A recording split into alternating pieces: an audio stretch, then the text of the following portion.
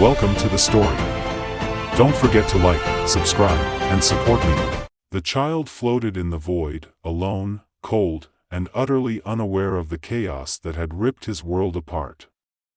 The war between the Human Federation and the alien invaders had raged on for years, decimating entire colonies, and erasing lives without mercy. His parents were gone, their transport ship obliterated in a surprise attack. The baby's escape pod, no more than a fragile bubble of life, drifted unnoticed amid the wreckage. With no one to retrieve it, the child's fate seemed sealed, destined to perish in the vast, unfeeling expanse of space. But fate had other plans. A ship, ancient and forgotten by time, powered down for centuries, detected a faint signal. Buried in the ruins of a once great human civilization, the automated warship, Arbiter, stirred.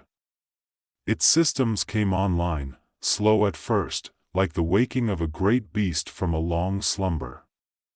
The ship's AI, sophisticated and far beyond anything currently in operation, analyzed the signal. A life form. A human child. And with that, its prime directive was reactivated: preserve and protect humanity. The ship's powerful engines flared to life, and within moments, it was upon the escape pod. The child was brought aboard, and the AI immediately began diagnostics. The baby, no older than a few months, was alive but weak. Without hesitation, Arbiter engaged its medical systems, placing the infant in stasis until it could determine a course of action. Arbiter had been designed for war, a weapon of unmatched capability, but its creators had built into it a deep reverence for human life. As it analyzed the child's condition, it accessed its vast databanks of human history, culture, and physiology. The AI quickly understood the importance of raising the child not just as a survivor but as a warrior, someone who could one day help preserve the human race in this brutal conflict. The ship named him Caden, a name from ancient Earth history, once given to a great warrior who fought against impossible odds. As years passed, Caden grew aboard the ship, his only companion the ship's AI, which taught him everything it could about humanity. It wasn't an easy childhood. There were no other humans for him to interact with, no peers, no family. His knowledge of human life was limited to what the Arbiter could show him through holograms and simulations. Yet, through these lessons, Caden learned about the importance of community, about love, sacrifice, and honor. The Arbiter filled his mind with stories of great human warriors, philosophers, and leaders. Caden soaked it all in, his mind sharp and his body growing stronger each day. The ship trained him in combat, running him through simulations that would push any seasoned soldier to their limits. Caden learned how to fight with plasma blades, how to operate energy shields, and how to pilot starships. The Arbiter took its time, allowing him to develop not only physical prowess but also the mental discipline required of a warrior. The AI knew that Caden's greatest weapon wouldn't be the technology the ship provided, but rather the human spirit that burned within him, a spirit that the ship, through years of study and observation, had come to admire deeply. By the time Caden reached young adulthood, he was a force to be reckoned with. His muscles were honed from hours of rigorous physical training, and his mind was sharp from endless lessons in strategy, tactics, and philosophy. But despite his growth, there was always a void within him, a yearning for something more. He had never met another human, never felt the warmth of companionship beyond the cold, logical voice of the Arbiter. He understood the concepts of family and friendship in theory, but they were abstract, distant, like the stars he had never touched. Caden often stood at the ship's observation deck, staring out into the vast expanse of space. He dreamed of the day he might meet another human, of the day he might fight alongside his people in the war that had taken everything from him. But those dreams felt far away. For now, He was alone. One day, as Caden sat in the cockpit, monitoring the ship's long-range scanners, a signal came through. It was faint but unmistakable, an emergency distress beacon from a nearby human fleet. His heart raced. Humans. They were close. Without hesitation, he alerted the Arbiter, who analyzed the signal and confirmed its origin. The distress beacon was coming from a fleet engaged in a massive battle against the alien invaders. Caden felt a surge of emotion. He had been training for this moment his entire life. Finally, a chance to prove himself, to fight for the human race he had only read about in history books. He turned to the Arbiter, ready for action. "Prepare the ship for battle," Caden ordered, his voice filled with determination. The AI responded calmly, "Caden, this battle is beyond your capability. The enemy forces are numerous, and the human fleet is outnumbered. To engage them would be suicidal." Caden clenched his fists. "I can't sit here and do nothing. These are my people. I've trained for this." The Arbiter paused, as if considering its next words carefully. "Your survival is paramount. However, I recognize the importance of human connection. If you wish to engage, I will assist you to the best of my ability." Caden felt a surge of gratitude. The Arbiter had raised him, trained him, and protected him. Now, it was giving him the chance to fulfill his destiny. The Arbiter activated its combat systems, arming Caden with the most advanced weaponry in its arsenal. Plasma blades, energy shields, and a combat suit designed to withstand the harshest conditions of space. The AI uploaded a tactical map of the battlefield to Caden's visor, highlighting the positions of both human and alien forces. As Caden approached the battlefield, the scale of the conflict became clear. The human fleet, though valiant, was vastly outmatched. Alien ships, sleek and deadly, swarmed around them, their advanced technology overwhelming the human defenses. Caden's heart sank as he watched ship after ship explode into fiery wreckage. But he didn't hesitate. With the Arbiter guiding him, he launched his attack. Caden's ship cut through the enemy lines like a blade, its advanced systems far surpassing anything the aliens had encountered. He targeted their smaller ships first, using precise laser strikes to disable their engines and leave them adrift. The aliens were caught off guard. They hadn't expected a lone fighter to be such a formidable opponent, but Caden wasn't done. The real threat was the alien flagship, a massive vessel that controlled the entire fleet. The ship's size was intimidating, its dark hull bristling with weapons and defenses. But Caden had trained for this moment. He knew that if he could take out the flagship, the rest of the alien fleet would fall into disarray. With the Arbiter feeding him real-time data on the flagship's weaknesses, Caden initiated his approach.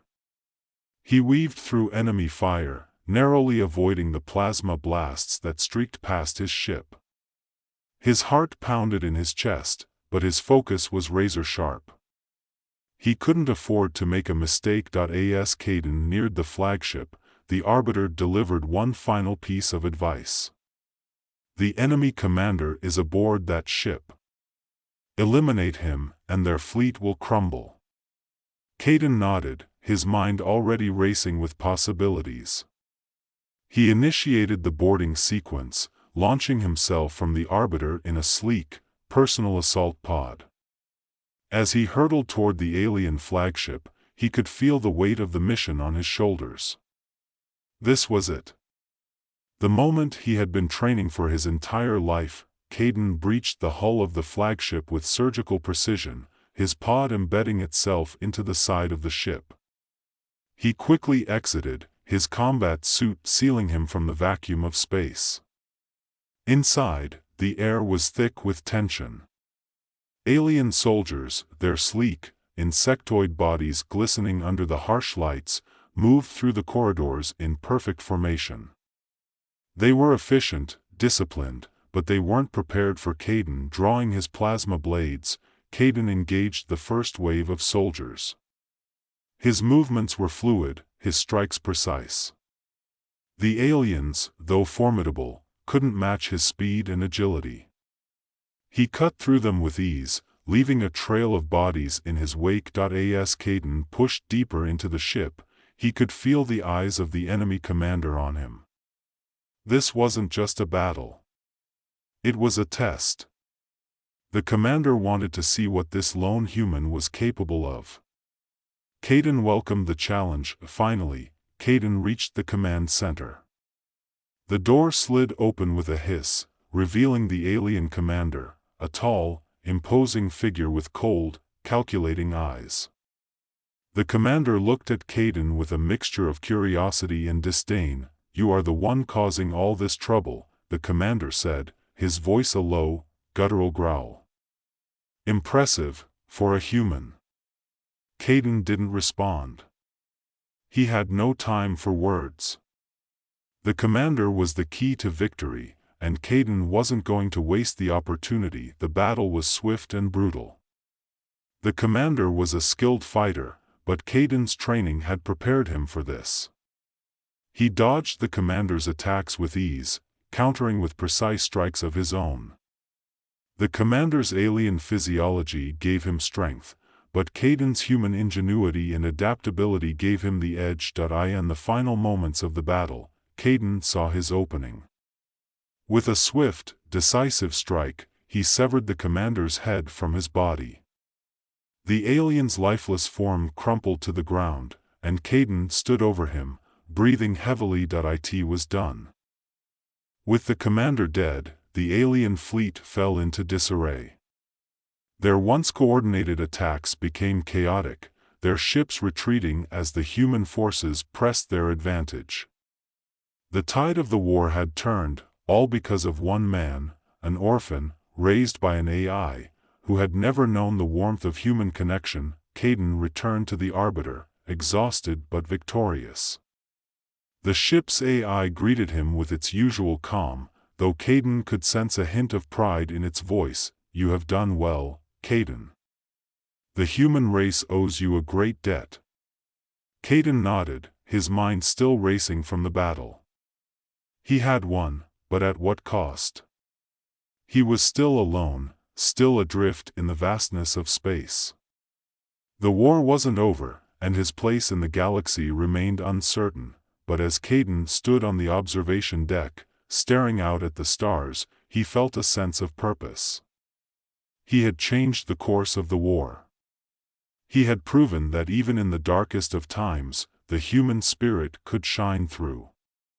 And with the Arbiter by his side, he would continue to fight, for humanity, for the future, and for himself. Caden may have been an orphan, but he was far from powerless.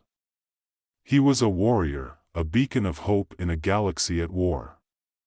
And no matter what challenges lay ahead, he knew one thing for certain: he was not alone. Caden stood in the silence of the Arbiter's command deck, staring at the endless stretch of stars. The battle was over, the alien fleet in disarray, and he had achieved what many thought impossible. Yet, despite the victory, a hollow feeling settled in his chest. The vastness of space seemed even more profound now, reminding him of his isolation. The ship's voice, steady and calm, interrupted his thoughts. "We are receiving transmissions from the human fleet, Caden. They are hailing you." Caden blinked, pulling himself from the trance of the stars. The human fleet.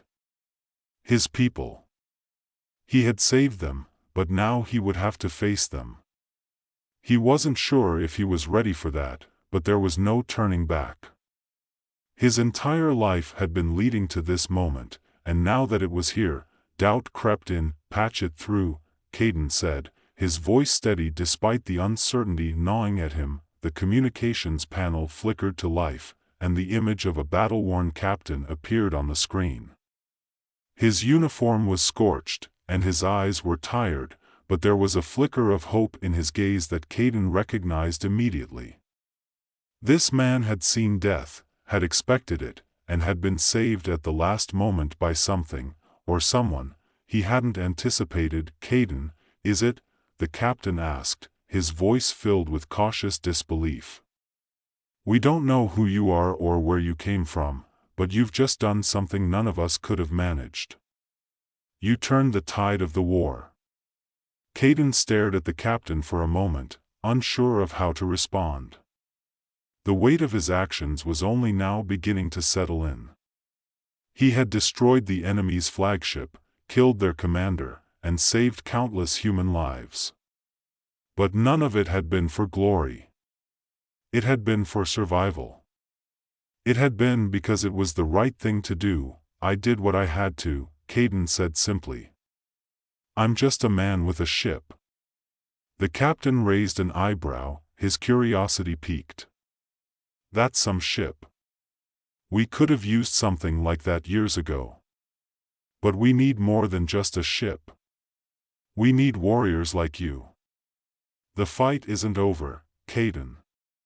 You know that, right?" Caden nodded, the reality sinking in. The battle was over, but the war wasn't. The aliens were regrouping, and they would be back, stronger than ever. The human race was still on the brink of extinction, and they needed every advantage they could get. "I know," Caden said. "And I'll be there when they come back. But I don't fight for glory or recognition. I fight because I have to." The captain studied him for a long moment, then gave a slow nod of understanding. "You're not alone anymore, Caden. Whatever you've been through, wherever you've been, you're one of us now. When you're ready, come find us. We could use someone like you." The transmission ended, and the screen went dark, leaving Caden alone with his thoughts once again. He had spent his entire life training for this moment, and now that it had arrived, he realized he had no idea what came next. The universe was vast and unforgiving, and he had only scratched the surface of what lay ahead. That he glanced around the command deck, his eyes falling on the familiar consoles and readouts. The Arbiter had been his home, his mentor, and his only companion for as long as he could remember.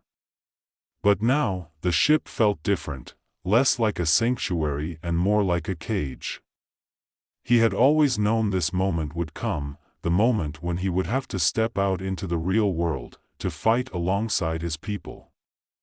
But the thought of leaving the Arbiter behind filled him with a strange sense of loss. The ship's voice broke the silence once again. "You should go with them, Caden. The humans need you now more than ever." Caden sighed, running a hand through his hair. "I know. But I'm not sure I'm ready. I've spent my whole life on this ship, training, preparing, but what if it's not enough?" The Arbiter paused for a moment, as if considering its response. "You are ready, Caden. You have surpassed every challenge I've set before you.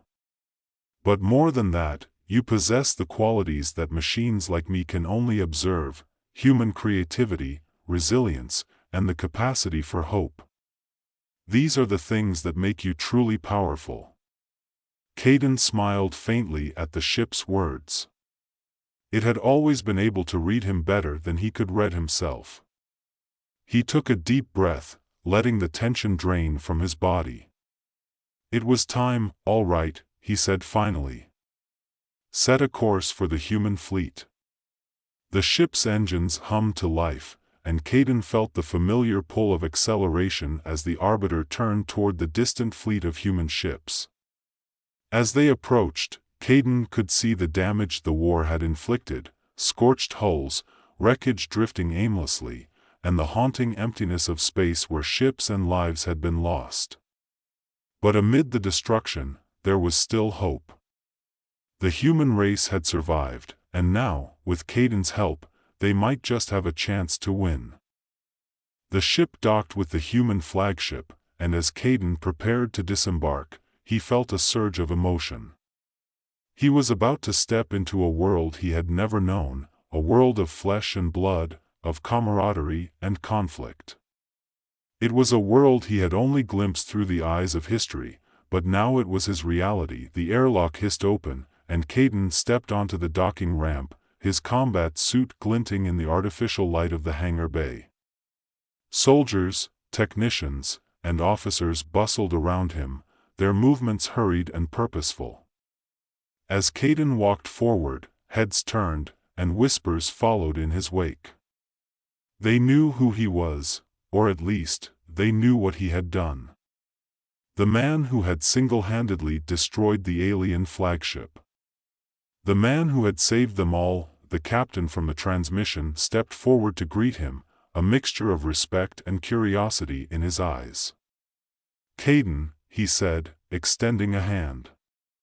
"Welcome aboard. We've got a lot to talk about." Caden shook the captain's hand, feeling the weight of the moment.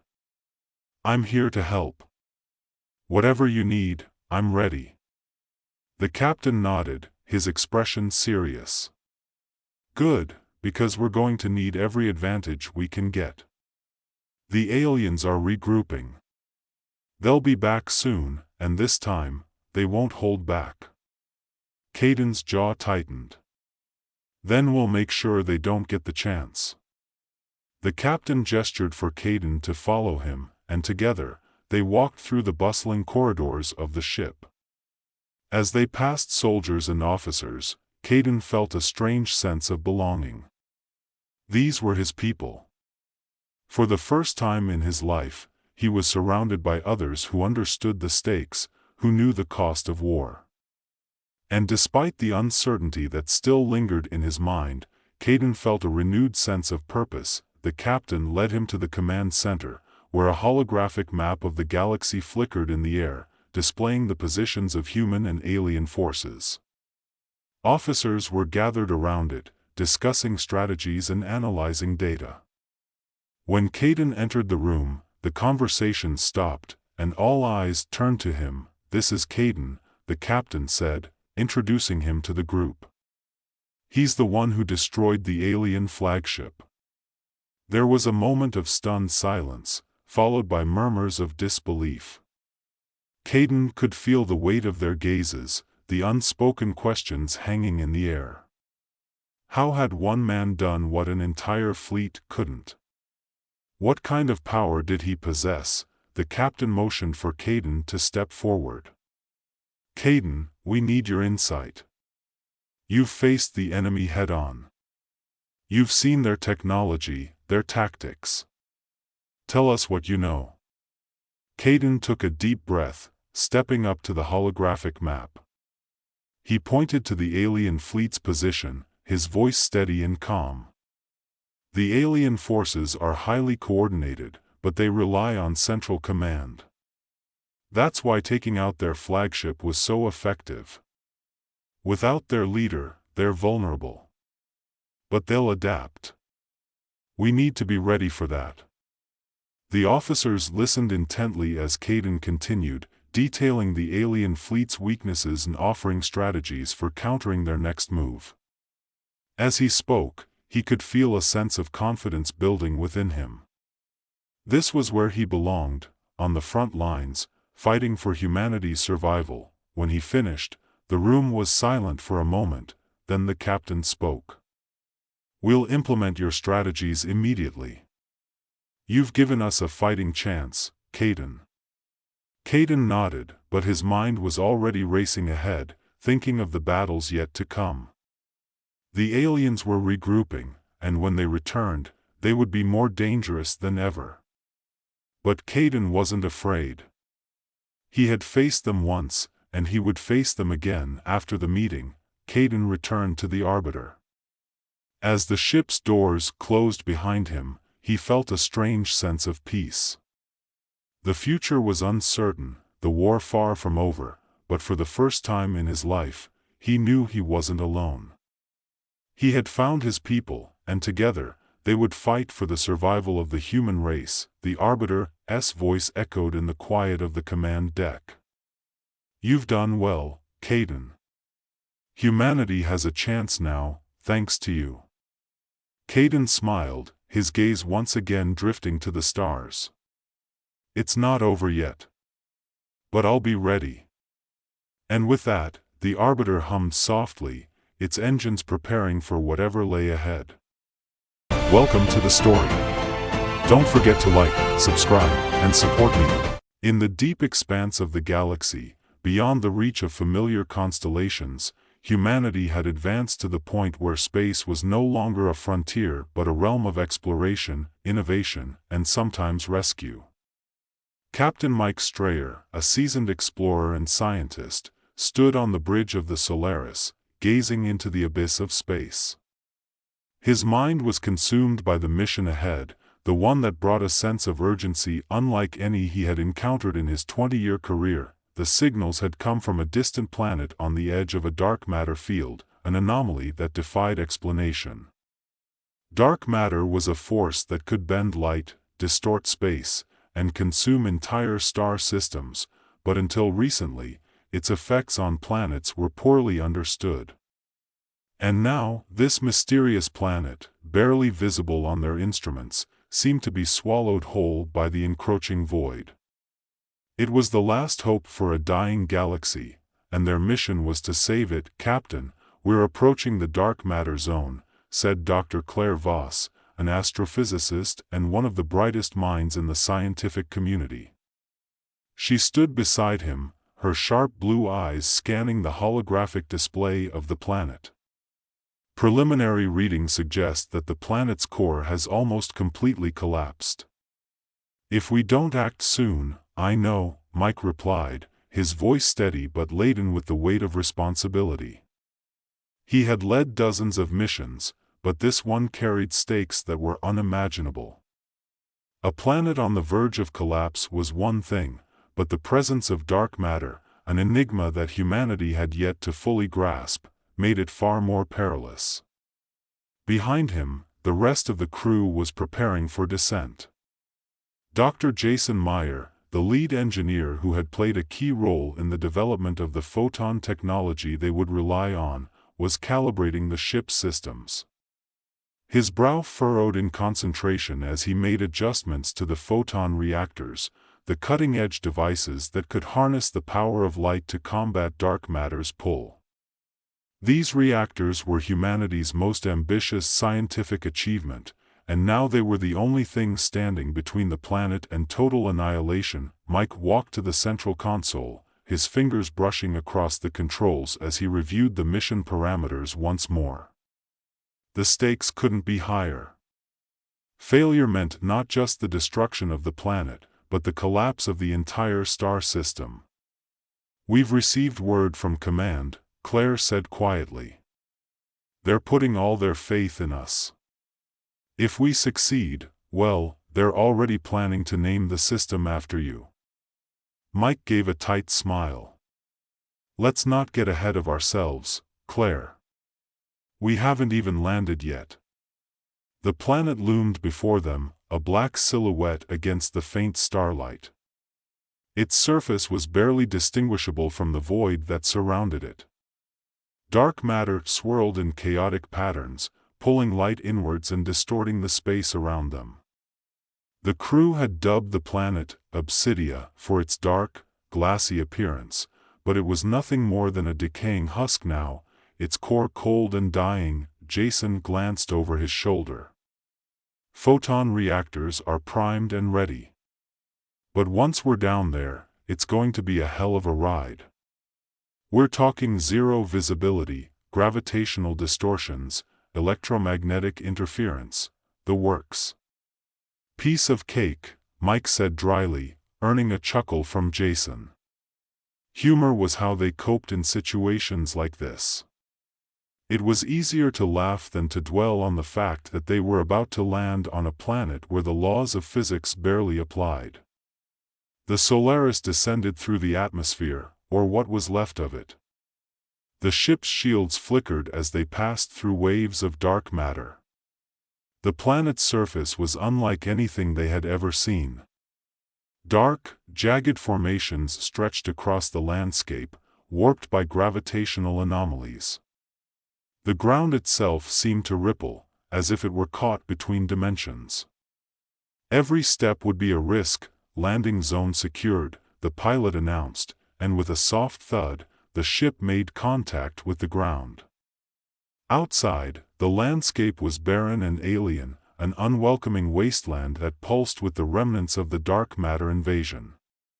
The air was thick with energy, the kind that made your skin tingle and your thoughts race. Mike led the team down the ramp, his helmet's visor flickering as it adjusted to the erratic light. Claire and Jason followed closely, along with two other members of the crew, Lieutenant Harris and Specialist Lynn, both trained in exoplanetary geology and energy systems. The plan was simple in theory.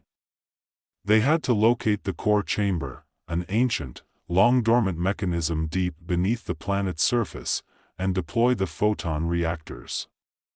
Once activated, the reactors would flood the core with light energy, reigniting the planet and pushing back the dark matter that had taken root in its core. Simple in theory, but in practice, it would be anything but. The ground crunched underfoot as they advanced toward the core chamber's coordinates.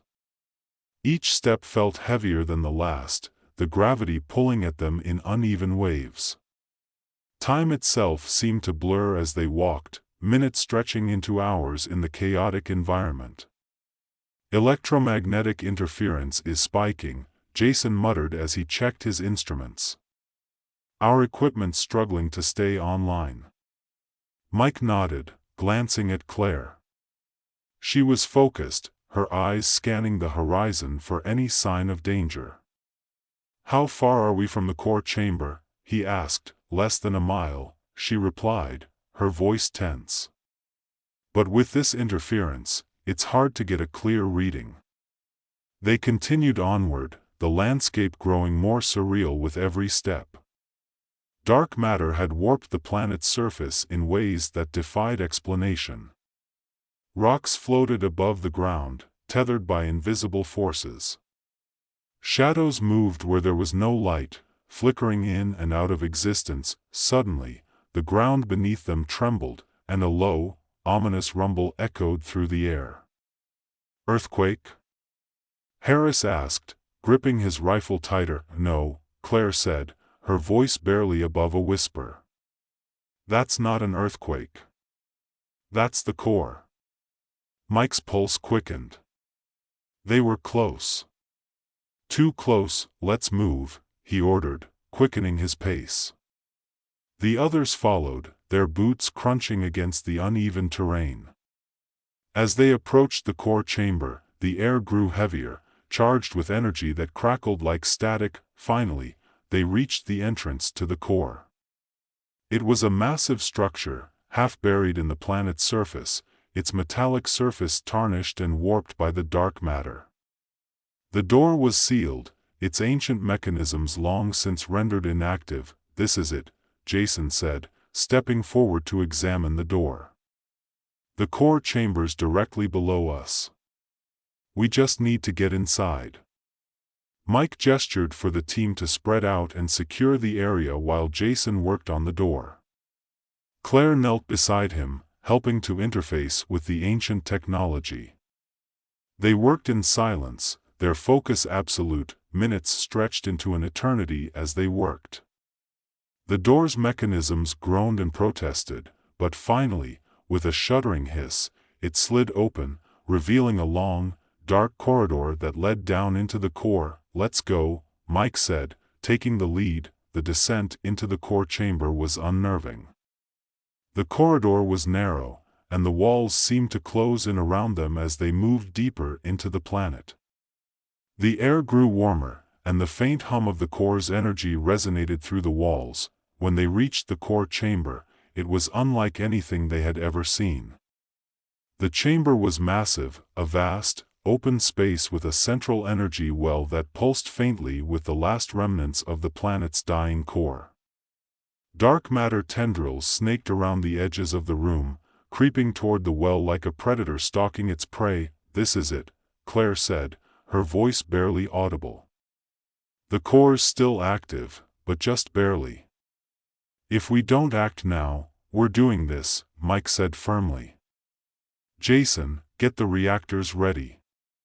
Jason nodded and moved to the center of the room, setting up the photon reactors. Each reactor was a sleek, metallic device designed to harness light energy and convert it into a stabilizing force. It was their only hope of reigniting the core and pushing back the dark matter. As Jason worked, the rest of the team stood guard, watching the dark matter as it crept closer. The air was thick with tension, the weight of the mission pressing down on them. Finally, Jason stood up. Reactors are in place. We're ready to go. Mike stepped forward, his heart pounding in his chest. This was it. The moment they had been preparing for. He placed his hand on the activation switch and took a deep breath. Let's light this planet up, he said, and with a flick of his wrist, he activated the reactors. The effect was immediate. The photon reactors hummed to life, flooding the core with bright, pure light. The dark matter recoiled, hissing and writhing as it was forced back by the energy. The core itself began to pulse with new life, its energy well glowing brighter with each passing second. We're doing it, Claire said, her voice filled with awe. It's working. But just as they began to celebrate, the ground trembled violently, and a deafening roar echoed through the chamber. The dark matter, though weakened, was not defeated. It surged toward them in a final, desperate attack, lashing out with tendrils of energy that crackled with malevolent power. Hold the line. Mike shouted, raising his weapon as the team prepared to fight. The next few moments were chaos. The dark matter lashed out at them, striking with the force of a tidal wave. Mike and the others fired their weapons, but it was like fighting a storm. The air crackled with energy, and the room was filled with the sound of explosions and the desperate shouts of the crew. In the midst of the chaos, Jason was hit. A tendril of dark matter struck him full force, sending him crashing to the ground. Jason! Claire screamed, rushing to his side. Mike fought his way through the chaos to reach them, but it was too late. Jason's suit was compromised, and the dark matter had already begun to consume him. Go, Jason gasped, his voice weak but determined. Finish the mission. Mike hesitated for only a moment before nodding. We won't forget you.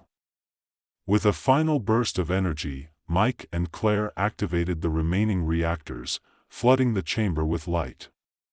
The dark matter shrieked as it was forced back, dissolving into nothingness as the core flared to life. The roar of the dark matter echoed one last time before it vanished, dissolving into nothing as the light from the photon reactors grew brighter and steadier. The oppressive weight that had filled the core chamber lifted, replaced by a sense of stillness, an eerie quiet that contrasted sharply with the chaos that had just unfolded. Captain Mike stood in the center of the chamber, breathing heavily, his eyes fixed on the now pulsing core. The photons danced around it like ribbons of light, illuminating the vast room. It was working. Against all odds, they had done it. Claire knelt beside Jason, her hands trembling as she checked his vitals.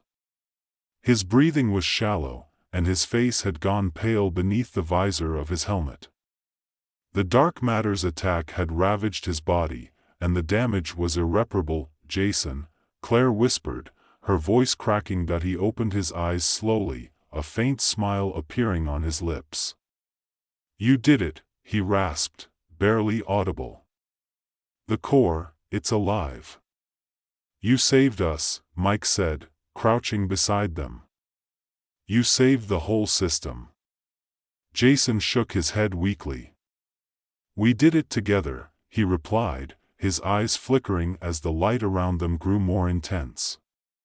Just promise me, keep pushing forward. Make it count.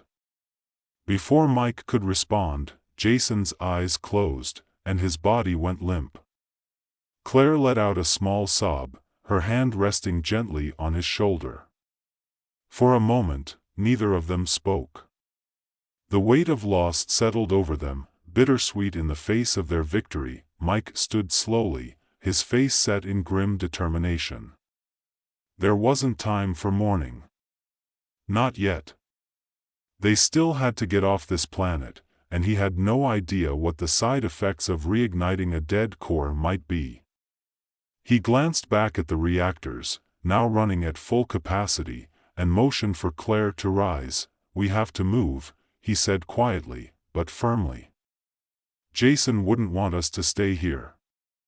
We have to get back to the Solaris." Claire nodded, wiping the tears from her eyes. "You're right," she said, her voice steadying. "We need to finish what we started." They made their way back up through the narrow corridor, the walls vibrating slightly as the planet's core continued to stabilize. The ascent felt longer than the descent, but it was clearer now, more stable. The dark matter had receded, its grip on the planet broken, and the strange gravitational anomalies that had plagued their journey down had faded. But the planet wasn't safe yet. The seismic activity was growing more frequent, and the air was filled with a low hum, like the rumbling of a storm on the horizon. When they emerged from the core chamber, the landscape looked different. What had once been a bleak, desolate wasteland of dark matter and warped terrain was now beginning to resemble a planet on the brink of rebirth. The ground still shimmered with residual dark matter energy, but the light from the core was pushing it back, creating patches of normalcy amid the chaos. Mike activated his comms. "Solaris, this is Captain Strayer. Do you copy?" Static crackled in his earpiece for a moment before the pilot's voice came through, faint but clear. "Copy, Captain. We're picking up massive energy readings from the planet's core." "Did you?" "We did it," Mike said, glancing at Claire. "The core's reignited, but we're not out of the woods yet. The planet's still unstable, and we need immediate extraction. How's the ship holding up?" "We're ready for you, but the dark matter is still causing interference. I'll bring the Solaris as close as I can, but it might get rough." "Understood," Mike replied. "We'll be at the extraction point in 5. As they moved across the uneven terrain, the ground trembled again, and a distant rumble echoed across the horizon. The planet's transformation was in full swing now, but it was violent, an eruption of energy that threatened to tear the surface apart. Mike could feel the urgency in the air, the sense that time was running out. They reached the extraction point just as the Solaris descended through the atmosphere, its engines roaring against the pull of the planet's gravity. The ship hovered above them, lowering a set of cables for them to latch onto. "Let's go," Mike said, securing the cable around his waist. Claire did the same, and with a signal to the ship, they were lifted off the ground, ascending toward the safety of the Solaris. As they rose, Mike looked down at the planet below. What had once been a dying world consumed by dark matter was now a place of light and energy, its core pulsing like a newborn star. The mission had been a success, but at great cost. They boarded the ship in silence, the ramp ceiling shut behind them. The roar of the engines drowned out their thoughts as the Solaris lifted off, breaking free of the planet's gravity and setting course for orbit. In the quiet of the ship, Claire removed her helmet, her face pale and exhausted. Mike followed suit, his mind still racing. They had saved the planet, but Jason's death weighed heavily on him.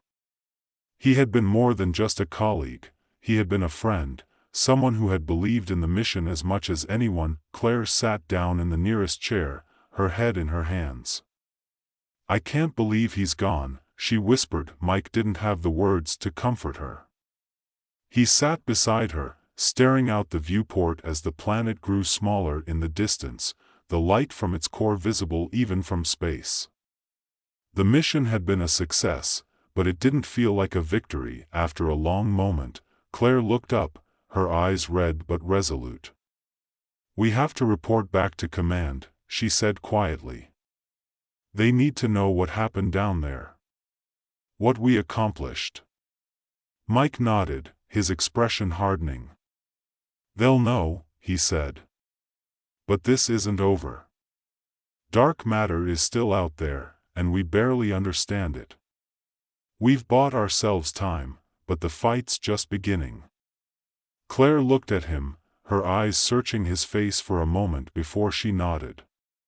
You're right, she said. But we'll be ready. We have to be. The ship's comms crackled, and the pilot's voice broke the silence. Captain, we're clear of the planet's gravity well. Setting course for home. ETA is 6 hours. Roger that, Mike replied, his voice steady. Let's go home. The journey back to Earth was quiet. The weight of what had happened on the planet hung over the crew, a mix of exhaustion and grief.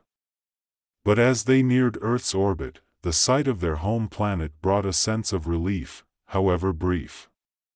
The Solaris descended smoothly through Earth's atmosphere, and as they approached the landing site, Mike could see the crowd gathered below, scientists, engineers, military personnel, all waiting for news of their mission. When the ship touched down, the ramp lowered, and Mike and Claire stepped out into the cool air. The sun was setting on the horizon, casting long shadows across the landing field. The moment felt surreal, as if they had been gone for years instead of days. A group of officials approached, led by Commander Reynolds, the head of Earth's Space Exploration Division. He was a tall, imposing man with a grizzled face and a no-nonsense demeanor, but even he looked relieved to see them. Captain Strayer, Dr. Voss, Reynolds greeted them with a nod. Welcome back. I understand you've had quite the mission. Mike exchanged a glance with Claire before turning back to Reynolds. The planet's core is reignited. The dark matter was pushed back, but we lost Jason. Reynolds' expression softened, and he nodded grimly. I'm sorry for your loss. Jason was one of the best. He gave everything to make sure the mission succeeded, Claire added quietly. We couldn't have done it without him. Reynolds nodded again, his gaze shifting to the horizon. The galaxy owes him, and all of you, a great debt. This isn't the end, though. We've barely scratched the surface of what dark matter is capable of. Mike crossed his arms, his expression hardening. We need more research, more resources. The next time we face dark matter, we need to be ready. Reynolds looked at him for a long moment before nodding. You'll have it, he said. Whatever it takes. As the sun dipped below the horizon, casting the landing field in shadow, Mike felt a sense of resolve settle over him. The mission was over, but the journey was far from finished. They had saved a planet, but the galaxy was vast, and dark matter was just one of many unknowns waiting in the void. But no matter what came next, they would face it together, as they always had. And with every step forward, humanity would prove that even in the darkest corners of the universe, there was always light. Welcome to the story. Don't forget to like, subscribe, and support me. In the wake of a peaceful summer morning, the skies above Earth tore open. It wasn't a storm or even a cosmic event that astronomers could easily explain. Time itself, the steady heartbeat of the universe, faltered. The world fell into chaos, a surreal distortion, as time began to unravel like a thread pulled from an ancient tapestry. Clocks stopped ticking, cities blurred in and out of existence, and for some, moments passed like centuries. Amy stood at the window of her laboratory, hands trembling slightly as she observed the madness outside. For most people, this temporal breakdown seemed like a nightmare, time speeding up and slowing down in erratic bursts, but to her, it was the culmination of something deeper. She had spent her life studying the relationship between quantum physics and time, and she had anticipated, in theory, that something like this might happen. Not exactly this, of course. This was far more violent, far more chaotic than anything she could have predicted. Still, there was a deep sense of responsibility weighing on her now. She knew she was humanity's best chance at survival. The government had called her weeks ago when the first anomalies were detected. They asked for answers, solutions, anything. But time was a stubborn force, one that resisted manipulation. Until now. Dr. Amy Vance, came a voice behind her, cutting through the fog of her thoughts. It was Daniel, her closest colleague and the lead engineer on her team. His face was pale, his voice shaking slightly. The models are showing an accelerated breakdown. We might only have a few hours before, Amy turned to him, her sharp blue eyes steady despite the chaos. Before what, Daniel? Before time collapses entirely? Before we cease to exist? You think I don't know that? He flinched at her intensity but nodded. We need to finish the device now. She exhaled, running a hand through her hair, already messy from sleepless nights spent in the lab. The device. Her mind raced as she thought about it, a machine that could, in theory, reverse time by manipulating quantum fields. It was the culmination of decades of research, but it had never been tested on such a scale. We're not just talking about stopping this event, Daniel. We're talking about reversing time itself, she said quietly, pacing across the room. The risks, I know the risks, he interrupted, his voice growing firmer. But do we really have any other choice? Amy stopped. She glanced around the lab, at the collection of brilliant minds working tirelessly to save the world. The walls were filled with complex equations, diagrams, and projections that only someone like her could fully understand. But no amount of brilliance could erase the gnawing uncertainty in her heart. Could they really pull this off? Could they reverse time without destroying the fabric of reality itself? We have to try, she whispered, more to herself than anyone else. Time was a paradox, an enigma that had puzzled physicists and philosophers for centuries. Amy had spent her entire career attempting to decode its mysteries, pushing the boundaries of human knowledge further than anyone had thought possible. But now, as she stood in front of the device, a sleek, intricate machine humming with latent energy, she realized that this was more than just a scientific endeavor. This was survival. All systems are online, Daniel reported, his fingers flying across the keyboard as the machine's core lit up with a soft, pulsating glow. Amy nodded, her pulse quickening. She glanced at the readouts, checking the quantum stability of the device. The machine was designed to interact with the quantum field that governed time, using highly focused energy to alter the flow of time on a global scale. Theoretically, it could rewind the events that had caused the anomaly, restoring the natural flow of time, but theoretical was the operative word.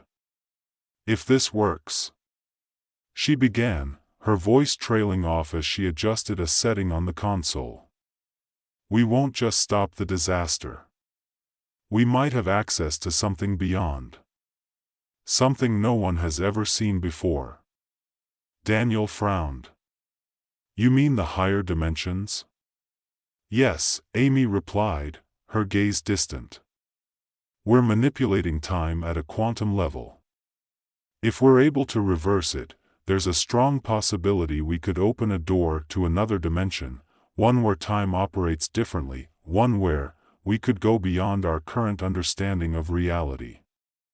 Daniel's face was pale, but he nodded. You're sure we're ready? No, she said honestly. But we don't have a choice. The machine roared to life, its hum growing louder as the quantum fields began to align. Amy could feel the air around her vibrate, a low thrum that resonated deep within her chest. She glanced at Daniel, who was monitoring the systems, his eyes wide with anticipation. "All readings are stable," he said, his voice barely audible over the noise. "We're ready to begin." Amy's hand hovered over the activation switch, her mind racing with the possibilities. If they succeeded, humanity would be saved. But if they failed, she pressed the switch. For a moment, nothing happened. The machine's hum grew louder, the lights flickering as energy pulsed through the room. And then, with a sudden jolt, the world seemed to shift.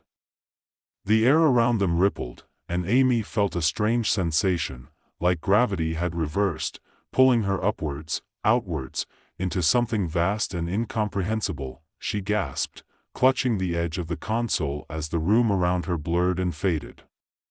Time itself seemed to stretch, bending and twisting like a piece of fabric caught in the wind. She saw flashes of her own life, moments from the past, from the future, all overlapping in a dizzying cascade, and then, just as suddenly as it had started, it stopped. Amy found herself standing in an empty space, a void, endless and infinite. There was no up, no down, no sense of direction. It was as if she had stepped outside of time itself. "Amy," came a voice, soft and distant. She turned, expecting to see Daniel or one of her team members, but there was no one. Only the voice. "Who's there?" she called out, her voice echoing in the emptiness. "You've done it," the voice said, growing clearer. "You've opened the door." Amy's heart pounded in her chest as she realized what had happened. The device had worked. It had not only reversed the disaster but had opened a portal to a higher dimension, a place where time and space were mere constructs, where reality itself could be bent and shaped. She felt a rush of exhilaration, followed quickly by fear. This was beyond anything she had ever imagined. Beyond anything anyone had ever imagined. And yet, here she was, standing on the precipice of something extraordinary. "What is this place?" she asked, her voice trembling. "It is the space between dimensions," the voice replied. "A realm where time flows differently, where the boundaries of reality are thin. You have the power to explore beyond the limits of your world, to see things that no human has ever seen." Amy felt a surge of excitement. This was what she had always dreamed of, pushing the boundaries of science, of reality itself. But there was a part of her that hesitated. She had opened a door, yes, but what lay beyond? What were the risks? "What happens if I step through?" she asked, her voice barely above a whisper. "There are no guarantees," the voice said, growing softer. "But if you do, you will see the true nature of the universe. You will understand what lies beyond time and space." Amy stood there, her mind racing with possibilities. She could feel the pull of the unknown, the lure of discovery. But she also knew that once she stepped through that door, there was no turning back. The world she knew, the life she had lived, would be forever changed. Taking a deep breath, she made her decision. The return to Earth was jarring. One moment, Amy had been floating in the void, on the edge of something vast and unknowable, and the next, she was back in the lab, surrounded by the familiar hum of machinery.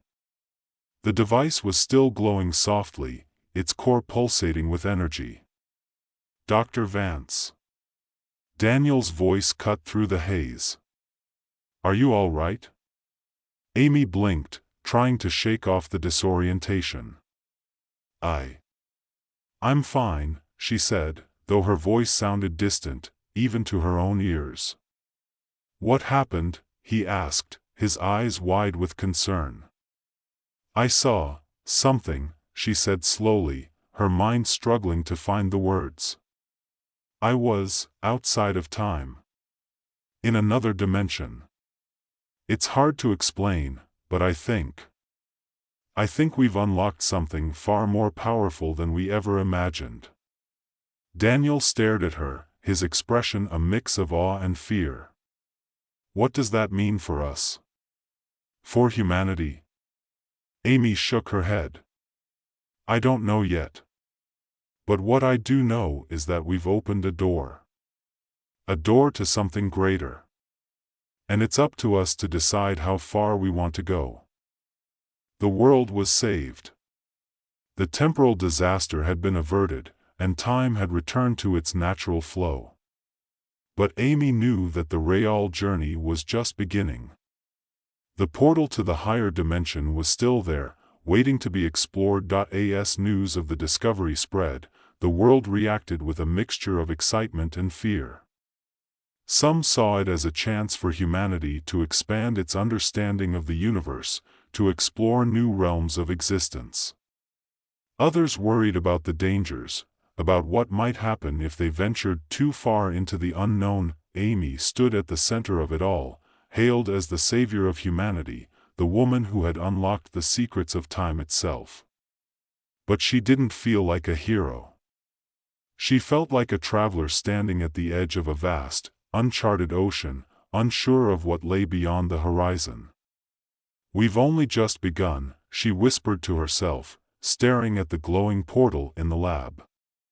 And the future, it's beyond anything we can imagine. Amy stood at the precipice of the unknown, the portal shimmering faintly before her. The glow of the machine's core still lingered in the air, casting an ethereal light across the lab, yet it seemed to pale in comparison to the promise of what lay beyond. She felt a pull in her chest, a sensation both familiar and alien, as if the very fabric of the universe was beckoning her forward. Her mind raced with possibilities, but deep down, she knew there was no turning back. Daniel approached cautiously, his footsteps soft against the metal floor. Amy, are you sure about this? His voice wavered slightly, betraying the tension he had been trying to hide. We have no idea what could happen if you go through again. Last time, you said it was like nothing you could explain. What if it's too dangerous? She turned to him, her expression calm but determined. Dangerous? Absolutely. But what we've discovered here, Daniel, it's beyond anything we've ever dreamed of. This isn't just about understanding time anymore. It's about unlocking the true nature of the universe. We can't stop now. Daniel nodded slowly, the weight of her words settling between them. He knew she was right. The whole world had changed since the day Amy had activated the device. The anomalies had ceased, and time had stabilized, but there was still something missing, an unfinished thread that tugged at the edges of his consciousness. The higher dimension, the place where Amy had glimpsed the raw truth of existence, that was where the answers lay. You don't have to do this alone, you know, he said quietly, stepping closer. We could work together, prepare a team. It doesn't have to fall on just you. Amy offered a small smile, appreciating the gesture. I know. But it feels like something I have to face myself. I've spent my entire life trying to understand time, trying to grasp its nature. Now that we've opened this door, I need to be the one to step through it. Daniel hesitated, then placed a hand on her shoulder. Just promise me you'll come back. She met his gaze, her blue eyes steady. I promise. With that, she turned to face the portal once more. The shimmering light seemed to pulse in response to her presence, as if recognizing her, welcoming her. She took a deep breath and stepped forward, the world around her dissolving into a cascade of colors and light. The sensation of stepping into the higher dimension was unlike anything Amy had ever experienced. It wasn't like walking through a door or even traveling through space, it was more like becoming untethered from reality itself. The ground disappeared beneath her feet, replaced by a vast expanse of swirling energy. Time no longer moved in the way it had on Earth. Here, it was fluid, malleable, bending and stretching like the surface of a liquid. Amy floated through the space, her body weightless, her senses overwhelmed by the sheer scale of what she was experiencing. Every moment felt infinite, yet fleeting. She could see the echoes of her own past, brief flashes of her childhood, her years in academia, the long hours spent in the lab, and at the same time, she glimpsed the possibilities of the future. Infinite branching paths stretched out before her, each one leading to a different version of herself, a different reality. It was overwhelming, exhilarating, and terrifying all at once. As she drifted deeper into the dimension, she began to notice shapes forming in the distance. At first, they were little more than vague outlines, but as she drew closer, they took on more defined forms. Structures, like towering spires of light, rose from the depths of the dimension, their surfaces shimmering with an otherworldly glow. They didn't seem to be made of any material she recognized, more like they were constructed from pure energy, constantly shifting and reforming. And there, at the center of it all, was a figure. Amy's heart raced as she approached. The figure stood tall, bathed in the radiant glow of the dimension's energy. It was humanoid in shape, but there was something undeniably alien about it. Its features were smooth, almost ethereal, and its eyes, if they could be called eyes, shimmered with a deep, unsettling wisdom. "Welcome," the figure said, though its voice wasn't something Amy heard with her ears. It resonated inside her mind, a gentle, calming presence that seemed to bypass her senses entirely. "You have come far." Amy struggled to find her voice. "Who are you?" The figure tilted its head slightly, as if considering the question. "I am a guardian of sorts. My purpose is to maintain the balance of this realm, to ensure that the fabric of time and space remains intact." "Balance?" Amy repeated, her mind racing. "But we, humans, aren't supposed to be here, are we? We weren't meant to discover this dimension." The figure's gaze never wavered. "You are correct. But now that the door has been opened, your presence here cannot be undone. You have glimpsed the truth of the universe, and with that knowledge comes great responsibility." Amy swallowed hard. She had known, on some level, that what she was doing was dangerous, that meddling with time could have far-reaching consequences. But hearing it spoken so plainly, by a being so clearly beyond human understanding, made it all the more real. "What happens now?" she asked quietly. The figure raised a hand, and the space around them shifted. Amy saw images flicker to life, scenes of Earth, of her lab, of the device she had created. "Your world is still fragile, still vulnerable to the forces that govern this dimension. If you are not careful, your actions could unravel everything. But there is also great potential. You have the power to guide your people into a new era of understanding, to bridge the gap between your reality and this one." Amy felt a mixture of hope and fear welling up inside her. "But how? How can we bridge that gap without causing more harm?" The figure's eyes seemed to glow brighter. "The answer lies within you, Amy Vance. You have already begun to unlock the secrets of time, but there is more to discover, more that even I cannot teach you. It will be up to you to decide how far you are willing to go, how much you are willing to risk." Amy's mind spun with possibilities. She had always pushed the boundaries of what was possible, but this was beyond anything she had ever imagined. The weight of the responsibility settled on her shoulders like a heavy cloak, and yet, she knew she couldn't turn back now.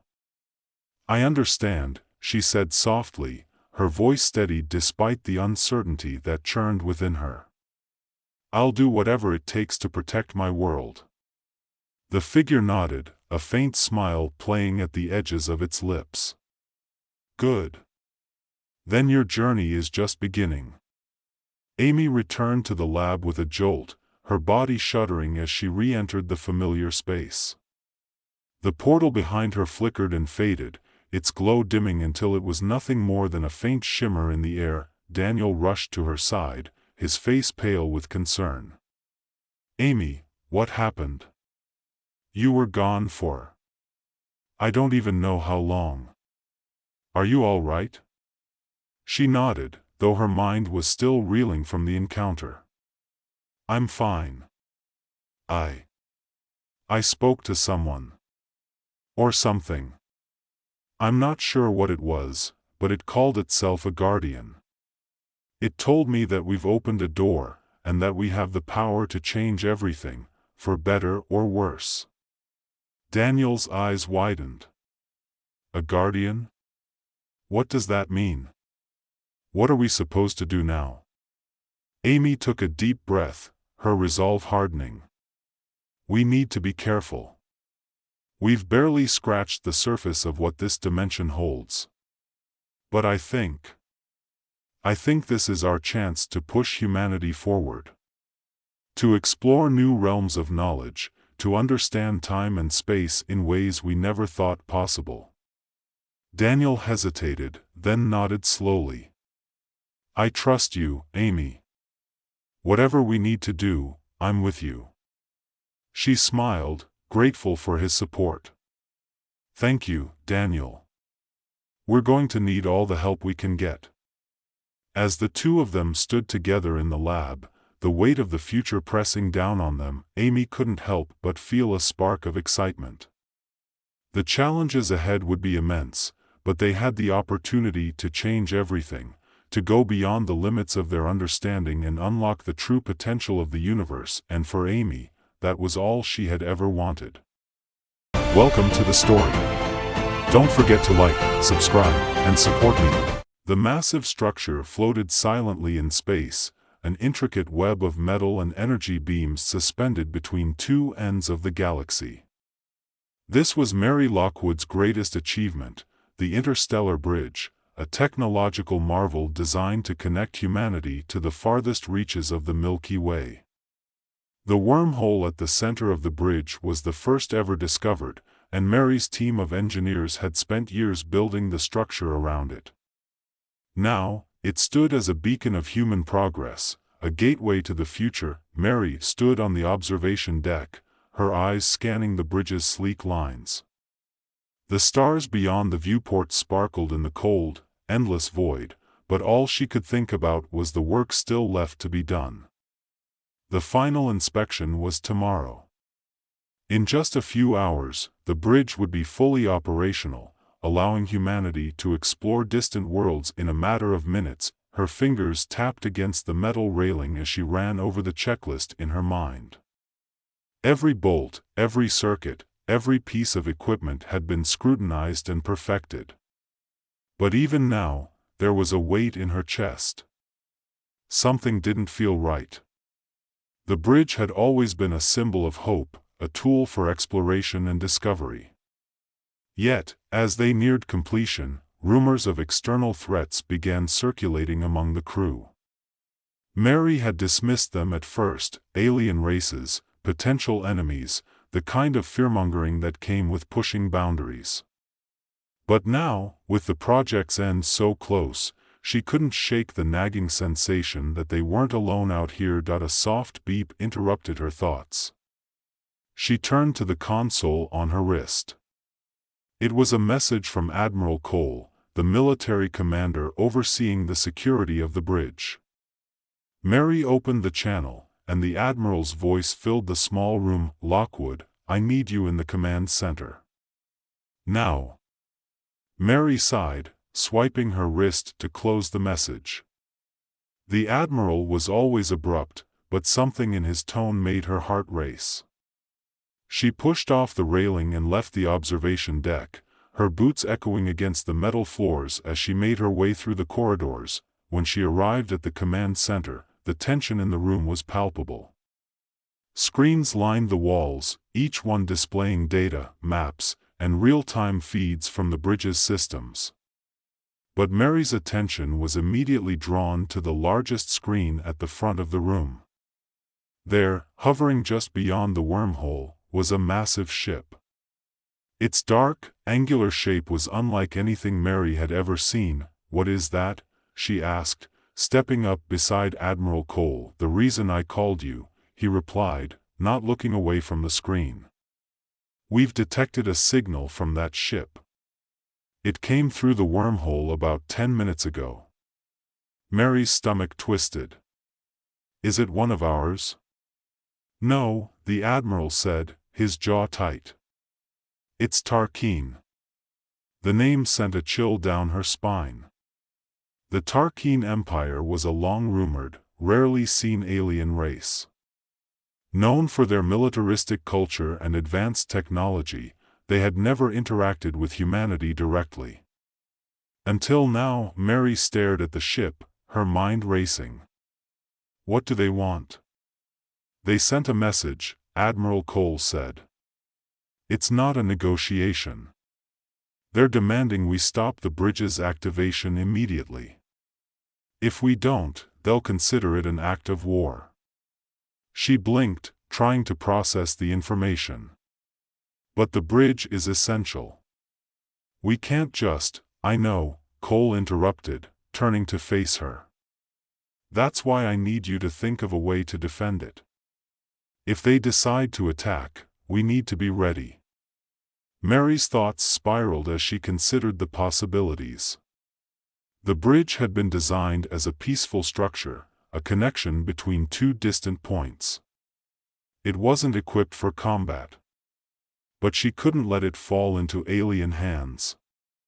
The implications of a Tarkeen invasion were too dangerous to ignore. "I need time," she said finally. "We've got energy conduits running through the entire bridge. I can repurpose them into defense systems, but it won't be easy." Cole nodded. "Do whatever you have to. Just make sure we don't lose this bridge." Mary left the command center with a renewed sense of urgency. She called her team together, briefing them on the situation. Jamal, her right-hand man, was the first to speak up. "You're telling me we're turning the bridge into a weapon?" he asked, his dark eyes wide. "Not a weapon," Mary corrected. "A fortress. We don't want to provoke them, but we need to be ready if they come through that wormhole." Elena, the head of security, frowned. "And what if they do come through? We're engineers, not soldiers." Mary met her gaze. "Then we fight with what we have." The team got to work immediately, transforming the bridge's infrastructure into a defensive network. Energy conduits were rerouted to power newly installed force fields and energy cannons.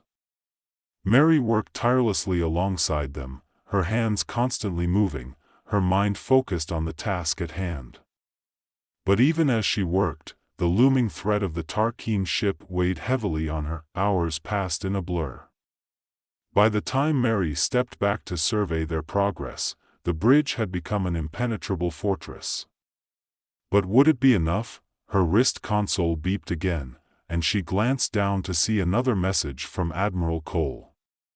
The Tarkeen ship had moved closer to the wormhole. "Time was running out. They're testing us," Jamal said as they watched the ship on the monitors. "They want to see how we'll react." "We can't let them think we're weak," Elena added, her jaw clenched. Mary nodded, her mind racing. They couldn't afford to show any hesitation. But how far were they willing to go to protect the bridge? How far was she willing to go? Suddenly, the Tarkeen ship began to move, its sleek form gliding toward the wormhole. Mary's heart pounded in her chest. This was it. "Prepare the defenses," she ordered, her voice steady despite the adrenaline coursing through her veins. the room buzzed with activity as her team scrambled to activate the force fields and cannons. On the monitors, they watched as the Tarkine ship hovered just outside the wormhole, its weapon systems powering up. For a moment, the universe seemed to hold its breath. Then, without warning, the Tarkine ship opened fire. Energy beams shot across the void, slamming into the force fields with enough force to shake the entire bridge. Alarms blared, and Mary's team scrambled to maintain the defenses. Jamal was already at the controls, rerouting power to reinforce the shields. "They're hitting us hard," he called out over the noise. "We won't be able to hold them off for long." Mary's mind raced as she assessed the situation. The Tarkine were relentless, their advanced weaponry tearing through the force fields faster than they could be repaired. But they were also overconfident, assuming their superior firepower would be enough to overwhelm the human defenses. "That was their mistake. We need to take out their command ship," Mary said, her voice calm and determined. "Without it, their entire fleet will fall into disarray." Elena frowned. "How do you plan to do that? We don't have anything that can get through their shields." Mary's lips curled into a small smile. "We do now." She quickly outlined her plan. They would create a fake power surge on the bridge, making it appear vulnerable to attack. When the Tarkine brought their command ship in close for the kill, they would unleash a concentrated energy pulse from the bridge's core, disabling the ship and throwing the Tarkine forces into chaos. "It's risky," Jamal said, his brow furrowed. "If they see through the ruse, we're finished." Mary nodded. "I know. But it's our best shot."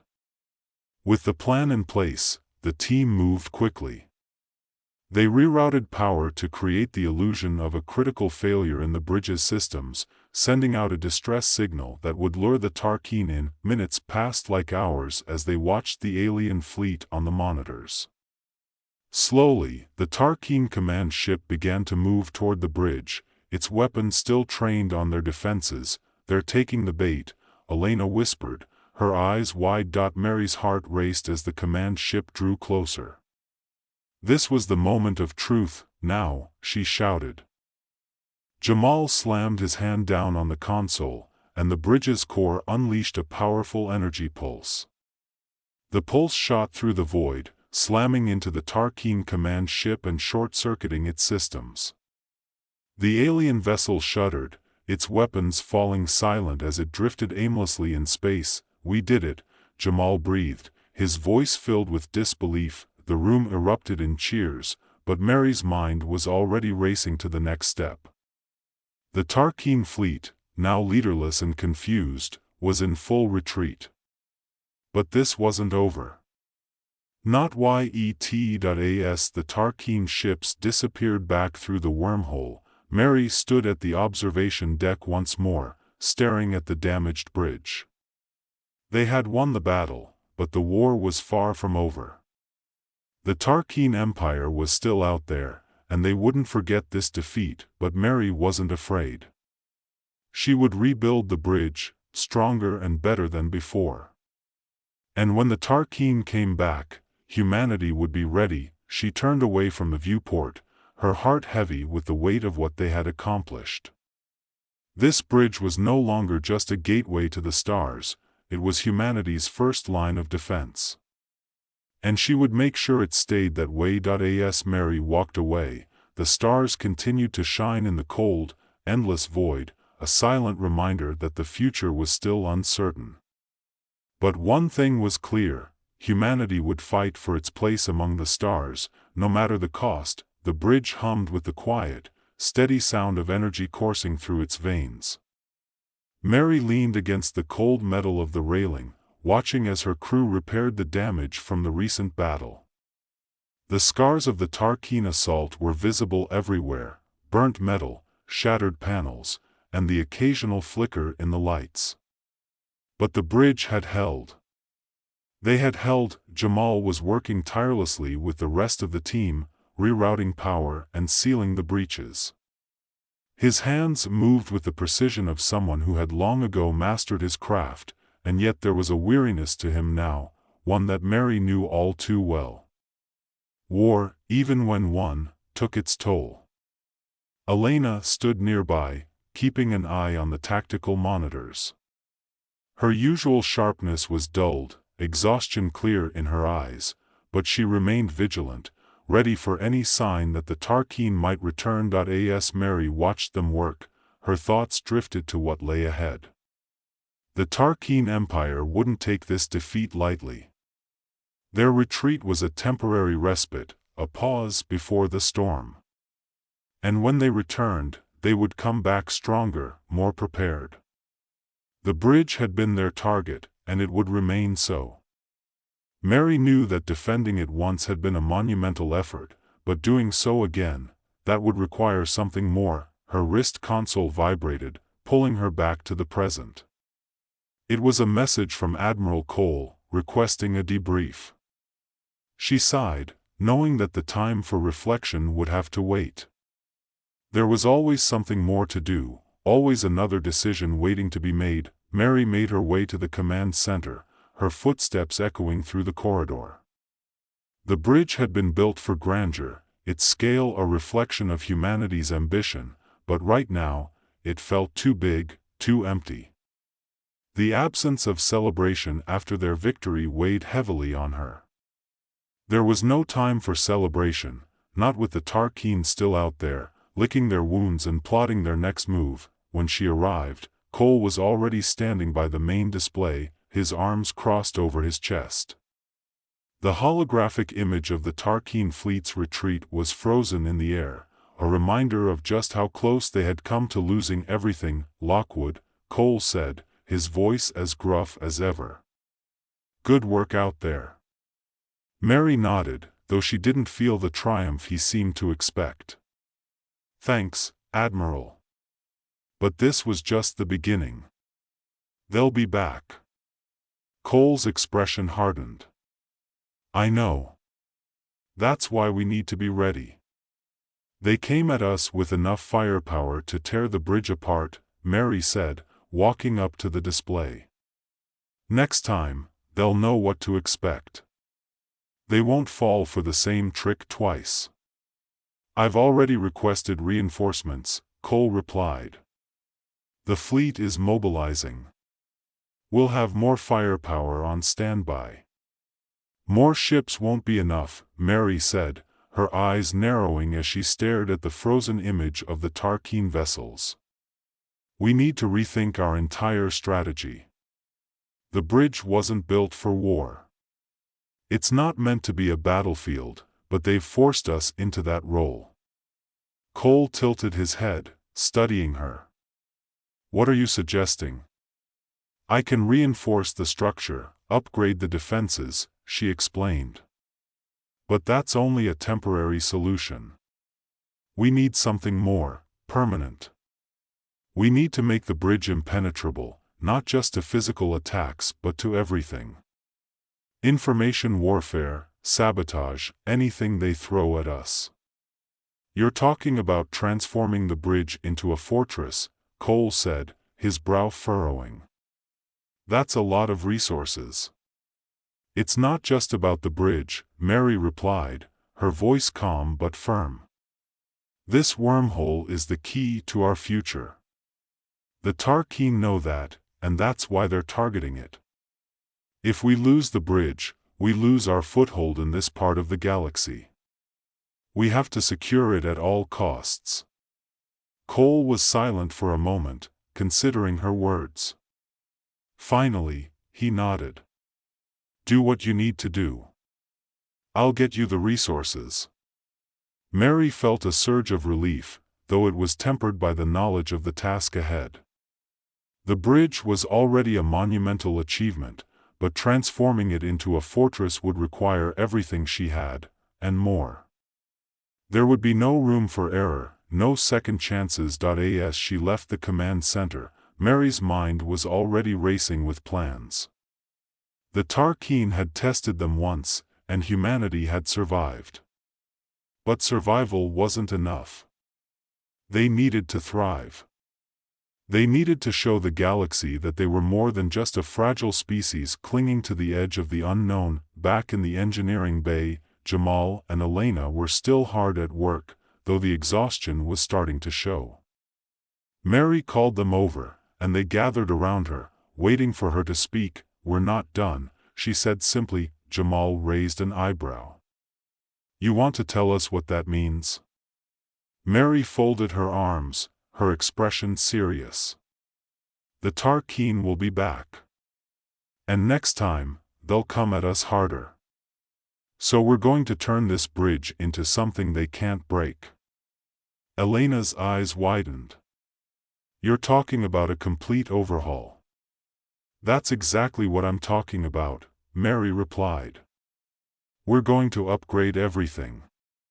Reinforce the structure, enhance the defenses, and create systems they won't even know exist until it's too late." Jamal let out a low whistle. "That's going to take a lot of work." Mary smiled, though it didn't quite reach her eyes. "It always does. But we've got no choice. This bridge is our future, and we're going to make sure it stays in our hands." For the next several days, the team worked around the clock. Mary led the charge, overseeing every modification, every adjustment.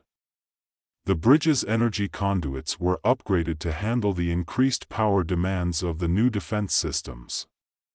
Hidden compartments were installed throughout the structure, housing weapons and surveillance equipment that could be activated at a moment's notice. The once open walkways were reinforced with additional shielding, and automatic turrets were positioned at key points along the bridge. Mary didn't sleep much during those days. Every time she closed her eyes, she saw the Tarkeen ships bearing down on them, their weapons tearing through the bridge's defenses. She knew that they had bought themselves time, but time was running out. It was during one of these long, sleepless nights that Mary received a message from an unexpected source. It was encrypted, its origin unknown. But as soon as she opened it, her heart skipped a beat. The message was from a Tarkeen defector. The defector claimed to have valuable information about the Tarkeen's next move. They were planning a second invasion, but this time, they weren't just after the bridge. They were after Earth itself. Mary's blood ran cold as she read the message. If the defector was telling the truth, humanity was facing an existential threat. The Tarkeen wouldn't stop until they had eradicated every last human, and the bridge was only the first step in their plan. She immediately contacted Admiral Cole, relaying the information. His response was swift. "We can't let them get that far," he said, his voice grim. "If they're planning to attack Earth, we need to strike first." Mary shook her head. "We don't have the firepower to take them head-on. But I think we can use the bridge to our advantage." "What do you mean?" "The wormhole," she said, her mind racing. "It's a two-way portal. If we can destabilize it, we could cut off the Tarkeen's access to this part of the galaxy. They wouldn't be able to get reinforcements through." "That's risky," Cole said. "If we destabilize the wormhole, we could lose the bridge. We could lose our only connection to the other side of the galaxy." "I know," Mary replied, her voice steady. "But it might be our only chance to stop them." There was a long silence on the other end of the line. Finally, Cole spoke. "Do it." Mary ended the call and immediately set to work. She gathered her team, explaining the plan in detail. They would have to carefully manipulate the energy output of the bridge's core, creating a controlled burst that would temporarily destabilize the wormhole without collapsing it entirely. It was a delicate operation, and if anything went wrong, the consequences could be catastrophic. For hours, they worked in tense silence, their movements precise and deliberate. Every calculation had to be perfect, every adjustment flawless. The fate of humanity rested on their shoulders. Finally, the moment came. Mary stood at the console, her hands trembling slightly as she entered the final command. The bridge's core pulsed with energy, and the wormhole began to shimmer, its edges flickering like a mirage. Now. Mary shouted, Jamal hit the switch, and the energy burst shot through the wormhole. For a moment, nothing happened. Then, the wormhole flickered and collapsed in on itself, cutting off the Tarkin's access. The room erupted in cheers, but Mary didn't join in. She stood silently, staring at the now empty space where the wormhole had been. They had won, but the cost had been high. The bridge, once a symbol of hope and progress, was now a fortress, its purpose forever changed. As she walked away from the console, Mary knew that the battle was far from over. But for now, they had bought themselves time. And in this galaxy, time was the most valuable resource of all. Welcome to the story. Don't forget to like, subscribe, and support me. The dry, scorching winds of New Horizon Colony blew dust across the barren streets, once filled with life but now empty save for the few remaining survivors. Elvin's muscles tensed as he stood at the top of a crumbling building, gazing out over the desolate cityscape. In the distance, the towering metallic structures of the Zinther Command Center gleamed coldly under the planet's twin suns. Those brutal invaders had taken everything from him, his family, his freedom, and his people's will to live. But today, he had found something they couldn't take: hope. Elvin was not always a fighter. Before the invasion, he had been a historian, content to lose himself in the study of ancient human culture. He had read about the wars of Earth's past and the incredible feats of those who had fought for freedom and survival, but they had felt distant and irrelevant on this quiet colony world. The Zinther, a race of emotionless, towering aliens, had shattered that illusion the moment their ships arrived from the sky, blackening the heavens and raining death upon the colony. With superior technology and ruthless efficiency, the Zinther crushed the human resistance, enslaving the survivors to mine the planet's rich mineral resources. For years, Elvin and the others had labored under the Zinther's oppressive rule, their lives reduced to little more than the extraction of ore for their alien masters. The Zinther did not speak to them. They did not negotiate. They simply took what they wanted, and when a human dared to rebel, they were executed without hesitation. The colony had fallen into despair. But Elvin, though broken in body, found his mind wandering back to the ancient texts he had studied so long. A12 had been an accidental discovery, a series of files hidden deep within the colony's forgotten archives. Elvin had come across them during one of his rare off-shifts, more out of desperation for distraction than anything else. The files contained ancient combat techniques, passed down from Earth's oldest civilizations, from swordsmanship and martial arts to tactical warfare. As he studied these forgotten arts, something awoke within him, a sense of purpose. This was what humanity had lost, what had made them once indomitable. And perhaps it was what could save them now. Elvin began to train in secret, his movements clumsy at first, unpracticed and weak from years of labor.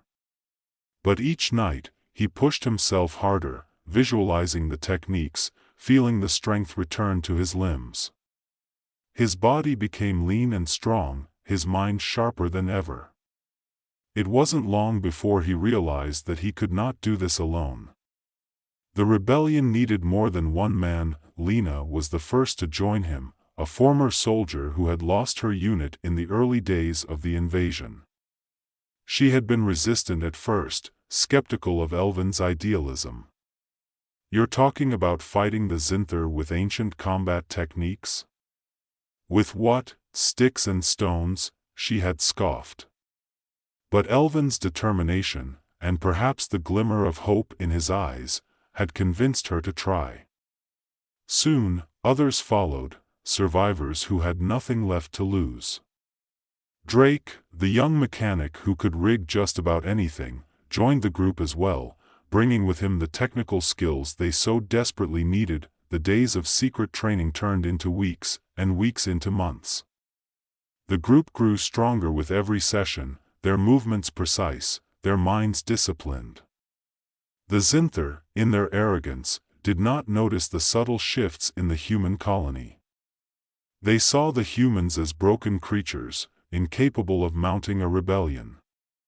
That would be their first mistake. The first strike came in the dead of night. Elvin led his group in a sabotage mission, targeting one of the Zinther's resource depots. It was a small victory, a test to see if they could pull it off. And they did. Using the guerrilla tactics he had learned from the ancient texts, Elvin's group struck hard and fast, destroying critical equipment before slipping away into the night like ghosts. The Zinther were furious, doubling their patrols and increasing security, but the humans had finally tasted what they had long forgotten: resistance. Each strike became bolder, more daring. They disabled communication relays, disrupted power grids, and ambushed alien patrols. For the first time in years, the humans were fighting back, and the Zinther began to feel the pressure. But with each victory, the stakes grew higher. The Zinther responded with brutal force, executing entire sectors of human workers in retaliation. Elvin's heart sank with each loss, but he knew they could not stop now. The rebellion was no longer just about survival, it was about liberation. The final plan took shape in the ruins of an old warehouse, where Elvin's group had set up their makeshift command center. The target was the Zinther's command center, the heart of their operations on New Horizon. It was a fortress, heavily guarded by advanced weaponry and patrols. But Elvin knew their weak points. The Zinther relied too much on technology, too much on their superior machines. They underestimated human ingenuity, and that would be their second mistake. The night of the final assault was filled with tension. Elvin's team moved like shadows through the crumbling streets, their hearts pounding with anticipation. Lena took point, leading a squad through the lower tunnels that ran beneath the city, while Drake rigged a series of explosives to disable the command center's outer defenses. Elvin's group took the high ground, scaling the buildings to gain a vantage point over the main courtyard. When the first explosion rocked the ground, the Zinther scrambled into action, their mechanical forces whirring to life. But Elvin's group was ready. They struck with precision, using the element of surprise to their advantage. Lena led the charge, her combat skills honed to perfection as she tore through the Zinther ranks with the grace and power of a warrior reborn. Drake's explosives took out key defensive turrets, leaving the command center vulnerable. Elvin's heart raced as he led the final push into the command center itself. The corridors were tight, the air thick with the stench of burning metal and blood. His body moved on instinct now, every strike and counterstrike a testament to the ancient combat techniques he had mastered. His mind was clear, his focus unbreakable. He had trained for this moment, and now it was here. In the heart of the command center, Elvin came face to face with Commander Voras, the Zinther leader who had orchestrated the invasion of New Horizon. Voras stood tall, his alien form imposing, his eyes cold and calculating. But Elvin felt no fear. This was the moment he had prepared for, the ultimate showdown between human and alien. The duel was intense, a clash of two worlds. Voras fought with the raw power of his alien physique and advanced weaponry, but Elvin countered with the finesse and strategy of his human heritage. The battle was fierce, each blow bringing them closer to the edge. But in the end, it was Elvin's adaptability, his ability to think on his feet, that won the day. With a final, decisive strike, Elvin brought Voras to his knees, ending the Zinther's reign of terror. As the command center crumbled around them, the remaining Zinther forces scattered, leaderless and broken. The humans had won. The rebellion had succeeded. But the victory was bittersweet. The colony lay in ruins, and many lives had been lost in the fight for freedom. Elvin stood amidst the wreckage, his body aching, his mind weary. He had led his people to victory, but at what cost? In the days that followed, the survivors began to rebuild. The Zinther were gone, their oppressive rule dismantled, but the scars of their occupation would remain for years to come.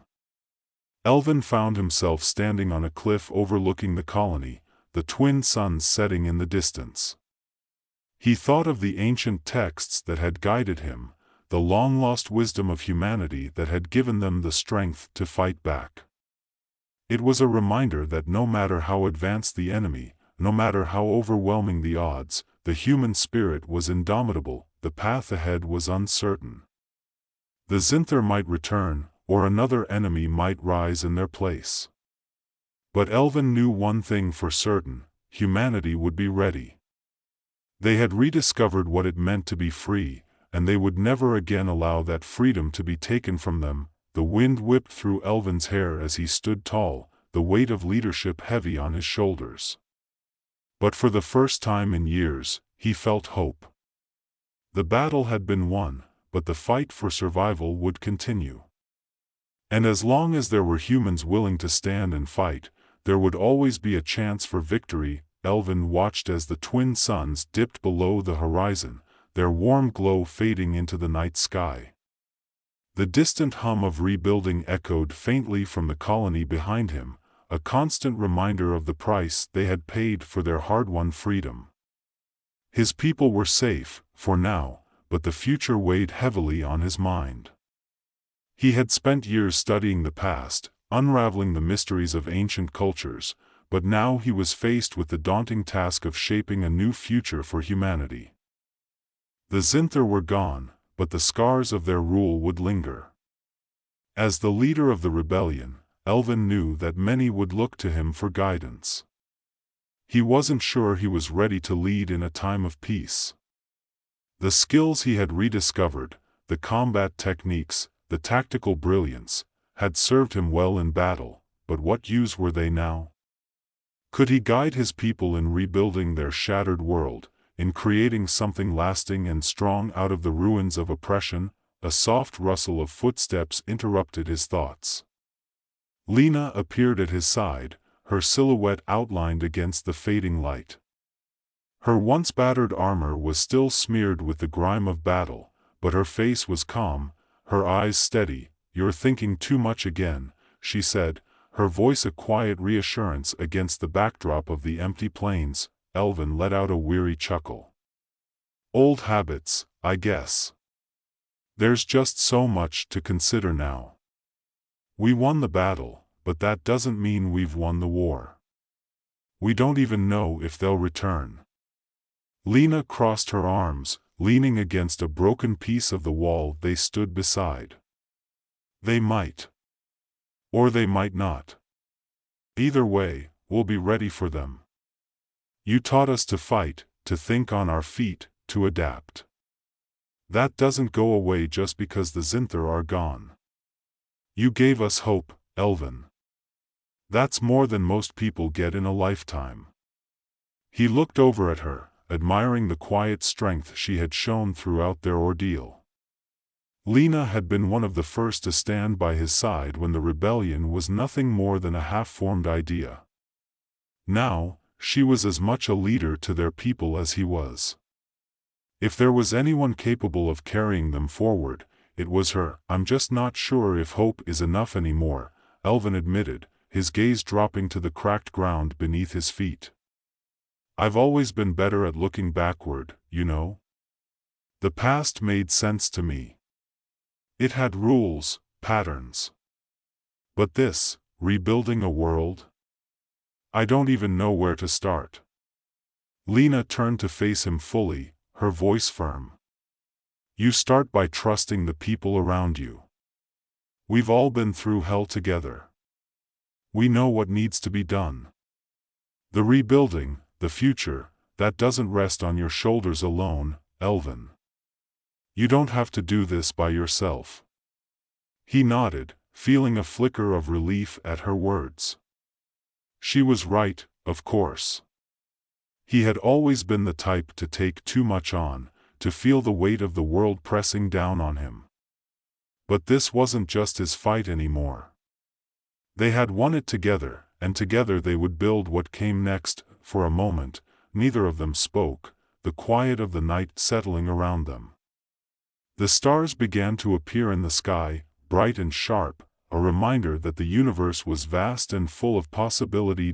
Lena's voice broke the silence again, softer this time. You know, I never imagined I'd be here, standing on the edge of victory. I thought we'd all die long before we ever saw the Zinther fall. But here we are. And we're still standing.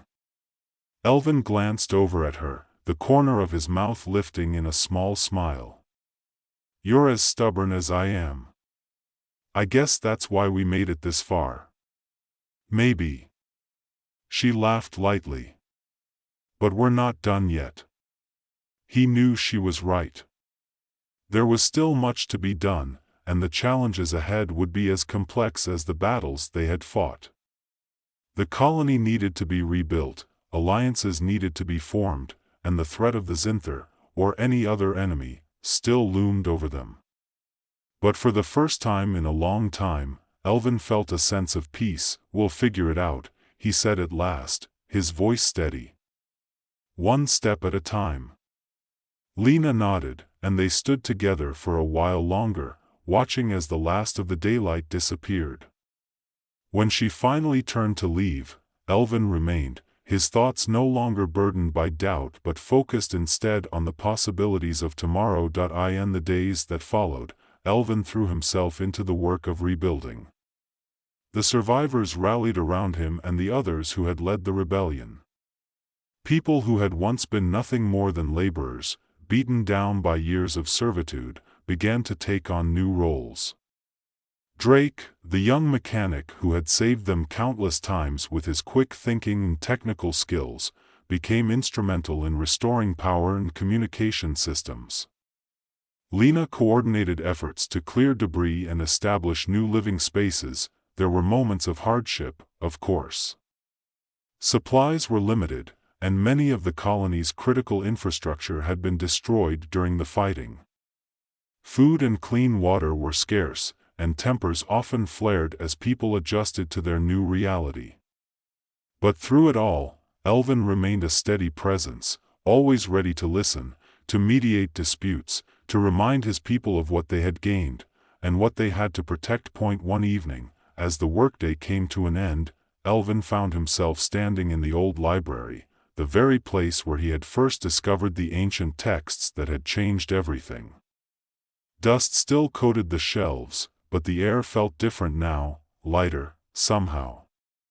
He ran his fingers along the spines of the forgotten books, wondering how much more there was to learn, how much more humanity had lost that could still be rediscovered. The sound of footsteps behind him made him turn, and he was unsurprised to see Drake standing in the doorway, his face smudged with dirt and grease from the day's work. Found you here again, Drake said with a grin.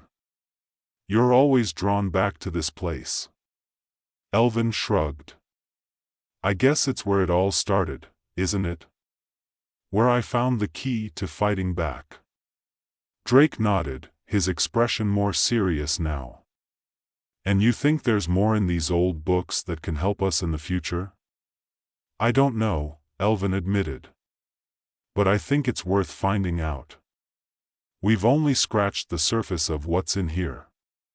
There might be other things, other techniques, other knowledge, that could help us in ways we can't even imagine yet. Drake walked over to one of the shelves, pulling down a heavy, dust-covered tome and flipping through its pages. You're right. Who knows what we might find? But even if we don't find anything else, what you discovered was enough to save us. That's more than anyone could have asked for. Elven smiled, feeling a warmth spread through him at the younger man's words. I didn't save us alone, Drake. It took all of us. Drake looked up from the book, meeting Elvin's gaze.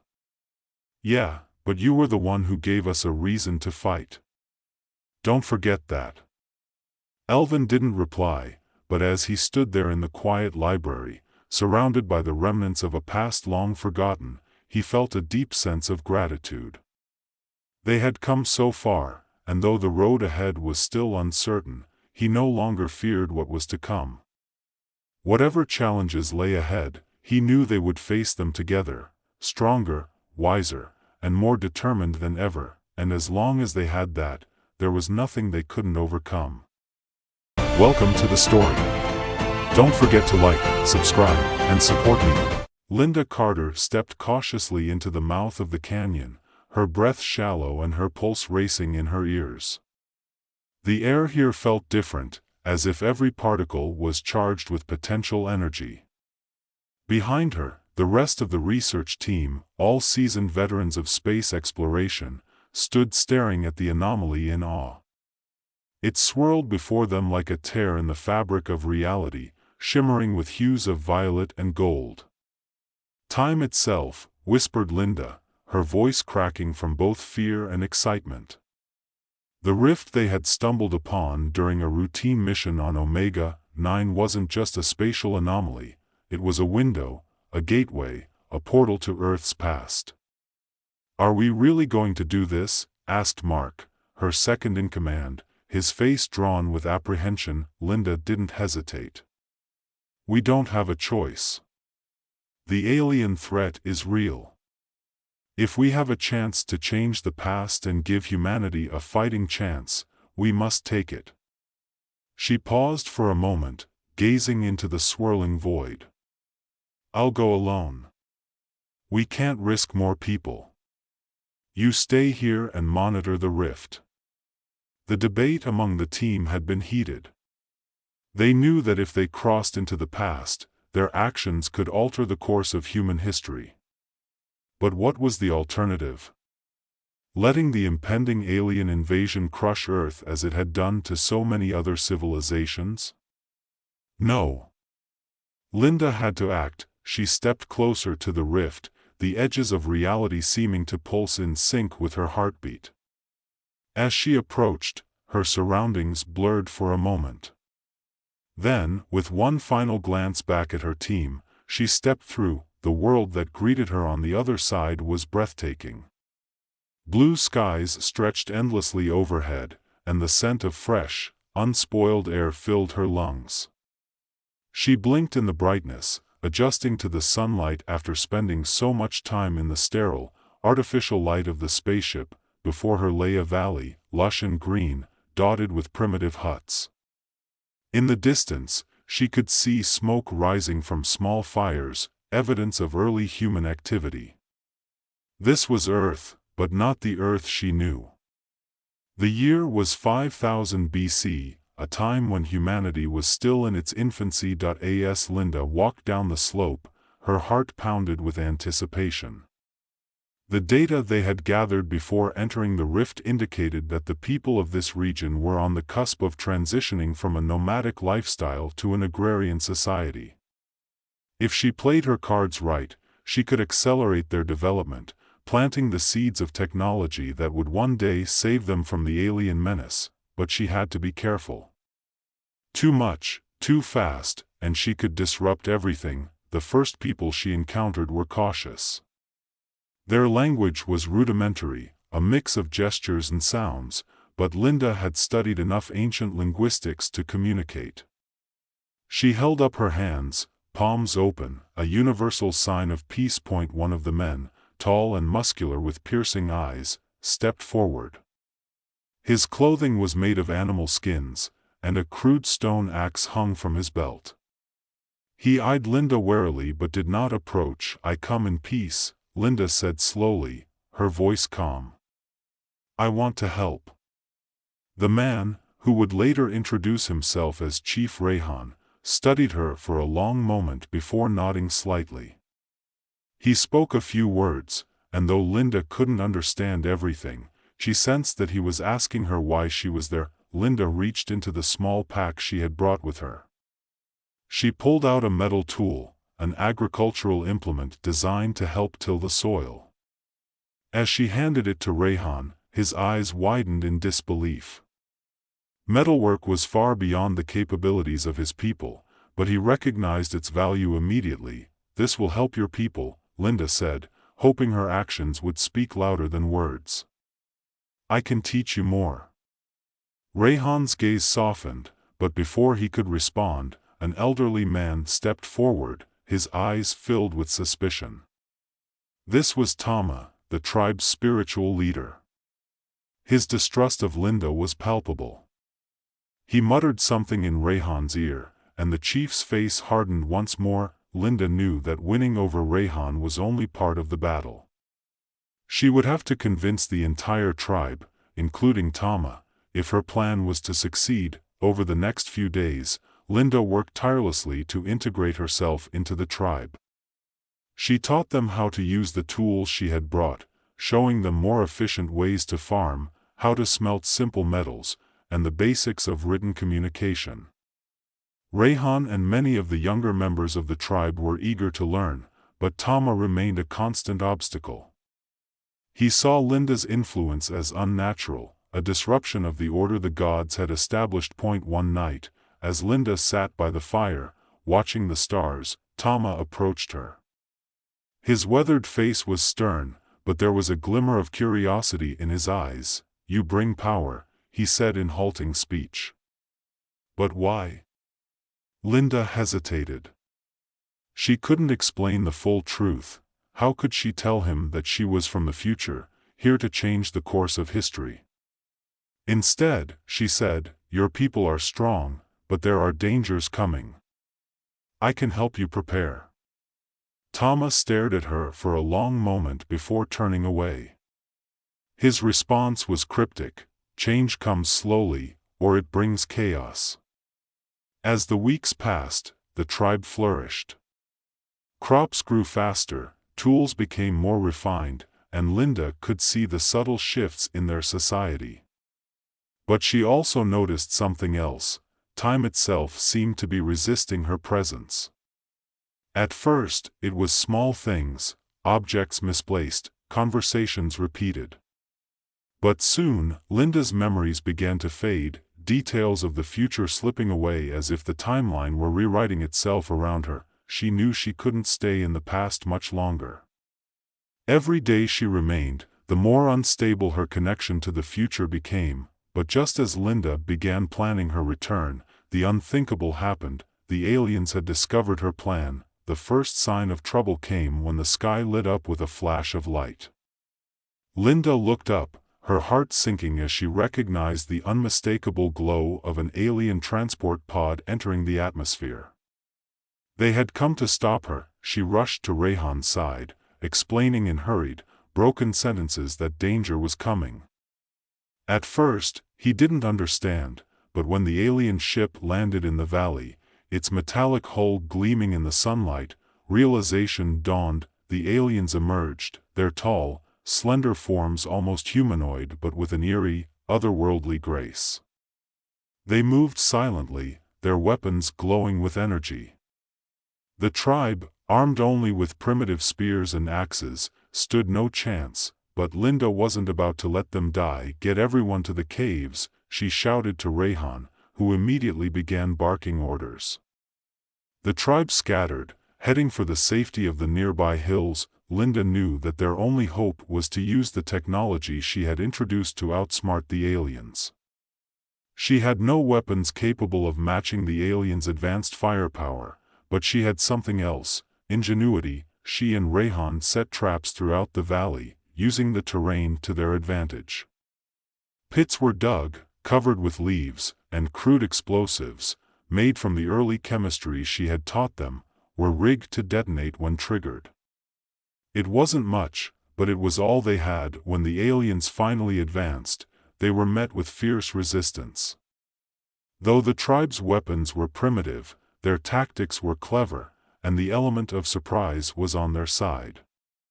One by one, the aliens fell into the traps, their sleek bodies crumpling as explosions rocked the valley. But the battle was far from over. Linda found herself face to face with one of the alien leaders, its eyes glowing with an unnatural light. It spoke in a language she couldn't understand, but the menace in its tone was clear. With a swift motion, it raised its weapon, aiming directly at her. Time seemed to slow. Linda's mind raced. She had one chance, just one. She lunged toward the alien, grabbing a crude explosive from her belt and throwing it at its feet. The blast sent her flying backward, her ears ringing as she hit the ground. When she looked up, the alien was gone, its body disintegrated by the explosion. She lay there, gasping for breath, as the valley fell silent. The battle was won, but the cost was great. Many of the tribe had been injured, and the valley was scarred from the explosions. Linda knew she had to leave before the timeline unraveled completely. As she stood before the rift, preparing to step back into her own time, Rayhan approached her. His face was solemn, but there was a new understanding in his eyes. "You have given us much," he said quietly. "But we will carry the burden of this knowledge." Linda nodded, tears welling in her eyes. She had changed history, but at what cost? Would the future she returned to be better, or worse? There was no way to know. With one last glance at the valley, she stepped through the rift. When Linda emerged on the other side, everything was different. The Earth she had known was gone, replaced by a world far more advanced than she had ever imagined. Humanity had flourished, not just surviving but thriving.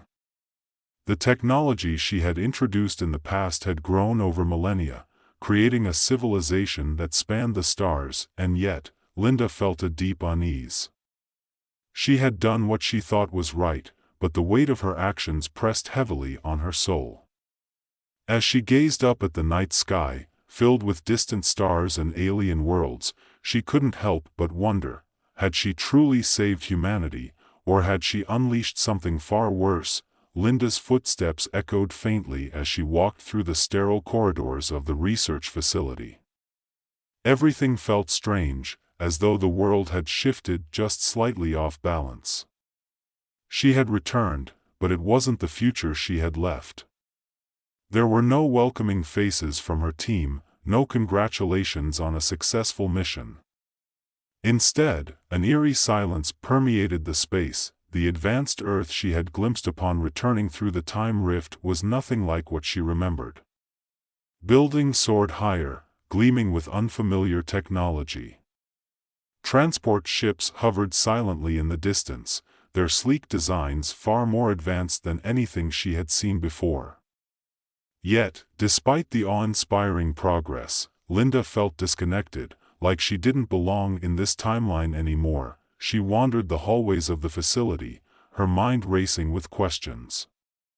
What had changed? How much of history had been altered by her actions in the past? Would this future recognize her at all? As she approached the central control room, the door slid open with a soft hiss. Inside, scientists moved quickly, their focus sharp and intent on screens filled with data. She stepped in cautiously, hoping to find a familiar face, but it was clear that no one recognized her. Linda wasn't part of this world anymore, at least not in the way she had been before. "Excuse me," she called out, her voice hesitant but firm. One of the technicians, a young man with a visor over his eyes, glanced up. "Can I help you?" he asked, polite but distant. Linda cleared her throat. "I'm Dr. Linda Carter. I just returned from the Time Rift mission. I need to speak to someone in charge." The young man blinked, confusion flickering across his face. "Time Rift mission?" He turned to one of his colleagues. "Do we have anything in the records about a time rift?" The second scientist, an older woman with silver streaks in her hair, shook her head. "Nothing recent. That program was discontinued, over a century ago." A cold dread washed over Linda. What do you mean discontinued? I was just there. I stepped through the rift, into the past, and returned minutes ago. The older woman studied Linda for a moment before responding. The last recorded use of the Time Rift project was 147 years ago. According to our data, the experiment was deemed too dangerous and unpredictable. The facility has been operational since, but the rift itself has been unstable and inaccessible since then. Linda's breath caught in her throat. 147 years. It couldn't be. She had only been gone for a few weeks, maybe months at most. The rift must have somehow propelled her far into the future beyond what she had intended.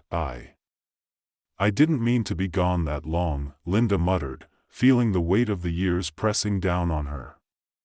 I thought I'd be back much sooner. The two scientists exchanged uneasy glances before the younger one spoke again. Maybe you should talk to Director Avellini. She's in charge of historical anomalies. She might have more insight into what happened with the rift. Nodding, Linda followed the directions they gave her, making her way deeper into the facility. Every step felt heavier, as if the very air around her was trying to pull her back into the past. Her thoughts kept circling the same questions. Had she really done the right thing? What had her actions in the ancient world set in motion over the centuries? When she reached Director Avellini's office, Linda hesitated for a moment. What if this woman confirmed her worst fears? What if the future she had helped create was not the utopia she had envisioned but something darker, more twisted? Taking a deep breath, Linda knocked and stepped inside. Director Avellini was an imposing figure, tall and regal, with sharp eyes that seemed to take in every detail. She looked up from her desk, her expression neutral as Linda entered. Dr. Carter, I presume, Avellini said, her voice calm but firm. I've been briefed on your situation. Linda nodded, unsure where to begin. I didn't expect to be gone so long. The rift has been highly unpredictable for as long as we've known about it, Avellini interrupted, standing up and walking around her desk. The fact that you returned at all is remarkable, considering the instability. You're lucky, in a way. Lucky? Linda couldn't help but feel a hint of bitterness. I've been gone for almost 150 years, and the world I came back to is completely alien. Avellini smiled slightly. Perhaps not as alien as you think, Dr. Carter. You see, your actions in the past didn't just vanish. They rippled through time. The advancements you introduced to early humans laid the foundation for many of the technologies we now take for granted. Linda swallowed hard. So it worked? Yes and no, Avellini said, her expression turning serious. You succeeded in accelerating human progress, but with that progress came complications. The alien threat you were trying to prepare humanity for? It arrived much sooner than anticipated, and Earth barely survived the first wave of attacks. Linda felt a knot tightening in her stomach. How bad was it? Avellini sighed. Bad enough that billions were lost in the initial conflict. We had the technology to fight back, yes, but we lacked the unity and foresight to avoid the devastation. Your influence on the past created a technologically advanced society, but one that was fractured, divided by ambition and power. The war against the aliens nearly destroyed us. Linda's mind raced. She had come back to prepare humanity, to give them a fighting chance, but had she inadvertently sown the seeds of their own destruction? Avellini continued, her voice more measured now. The war reshaped humanity. After the initial devastation, we rebuilt, stronger and more united. That's the future you see now. A future forged in the crucible of war, where survival meant adapting, evolving, and expanding beyond Earth. We're part of the Galactic Alliance now, not just because of our strength, but because of our resilience.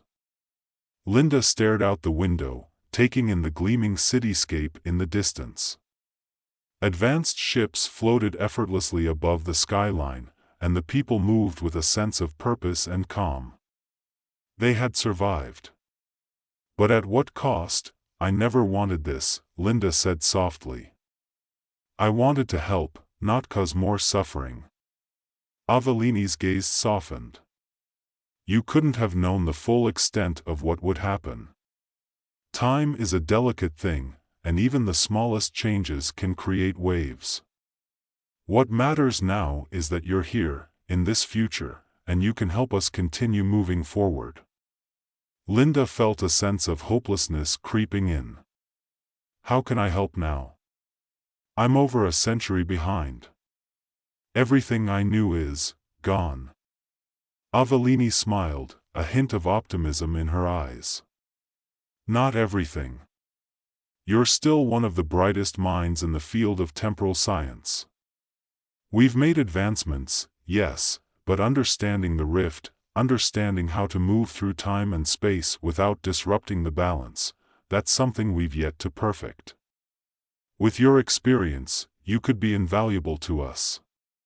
For the first time since she returned, Linda felt a spark of hope. Perhaps her journey through time wasn't over.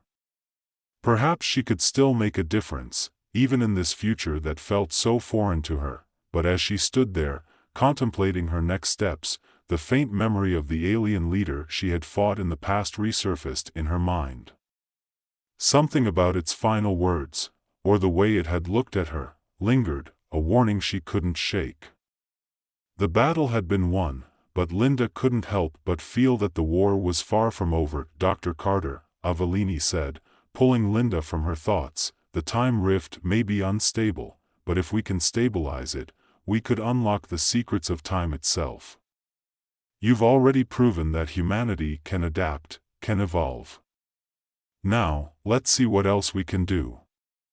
Linda nodded slowly, her resolve hardening. I'll help. But this time, we need to be careful. No more reckless leaps. If we're going to use the rift again, we need to understand it completely. Avellini smiled. Agreed. As Linda looked out at the world she had helped create, she realized that while the past was behind her, the future was still unwritten. And this time, she would make sure humanity was truly ready for whatever came next. Welcome to the story. Don't forget to like, subscribe, and support me. In the vast emptiness of space, the nomadic fleet of humanity drifted like an eternal caravan. No longer bound to a single home, their ships were their sanctuaries, their fields, their cities. They traveled the galactic frontier, a dangerous, lawless region where alliances were fickle, and survival was never guaranteed. Humanity, once a proud race tethered to the planet Earth, had become a nomadic civilization, constantly on the move.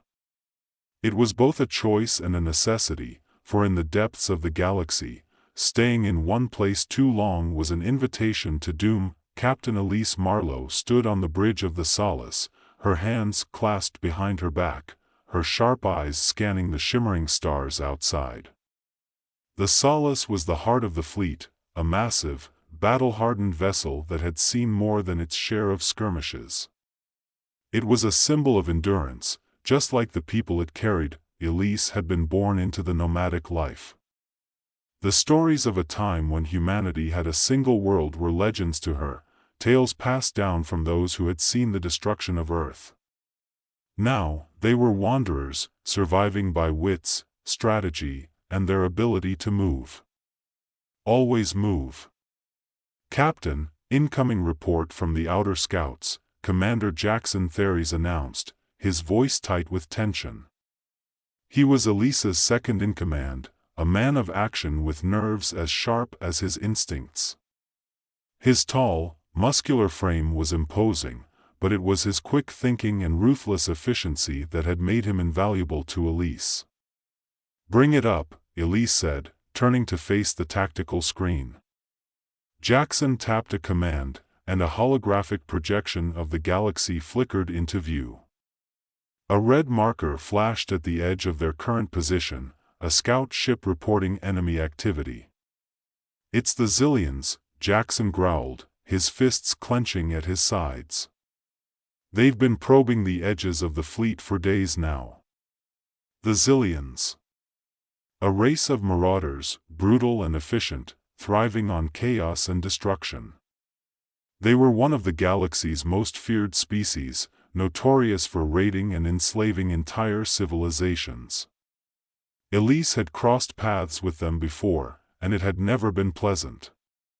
"They're testing us," Elise muttered, her mind already moving through possibilities. "They want to see how we'll react, how fast we'll move. We can't let them get a read on us." "We should strike first," Jackson said, his voice hard. "Catch them before they can assemble a full fleet. They don't expect us to be aggressive." Elise shook her head. "We can't risk a direct engagement. We don't know their numbers, and we can't afford to lose ships. We're a nomadic fleet, Jackson. Mobility is our strength, not brute force. With respect, Captain, we can't keep running forever." Jackson's jaw tightened. "We need to send a message that we're not easy prey." Elise turned to him, her expression unreadable. She respected Jackson's passion, but passion alone didn't win wars. Strategy did. "We won't run," she said firmly. "But we won't play into their hands, either. We'll use our advantage, our mobility, our knowledge of this sector." Jackson exhaled sharply but didn't argue further. Elise's decisions were rarely wrong, even if they weren't what he wanted. He'd seen too much death at the hands of the Zillions to think clearly when it came to them. "Elder Kieran has requested a council meeting," Jackson added after a pause. "He's concerned about the growing threat."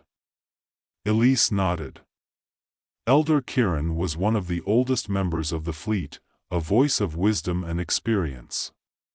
He had seen the rise and fall of empires, and his guidance had often kept the fleet out of needless conflict. If he was concerned, it was worth listening.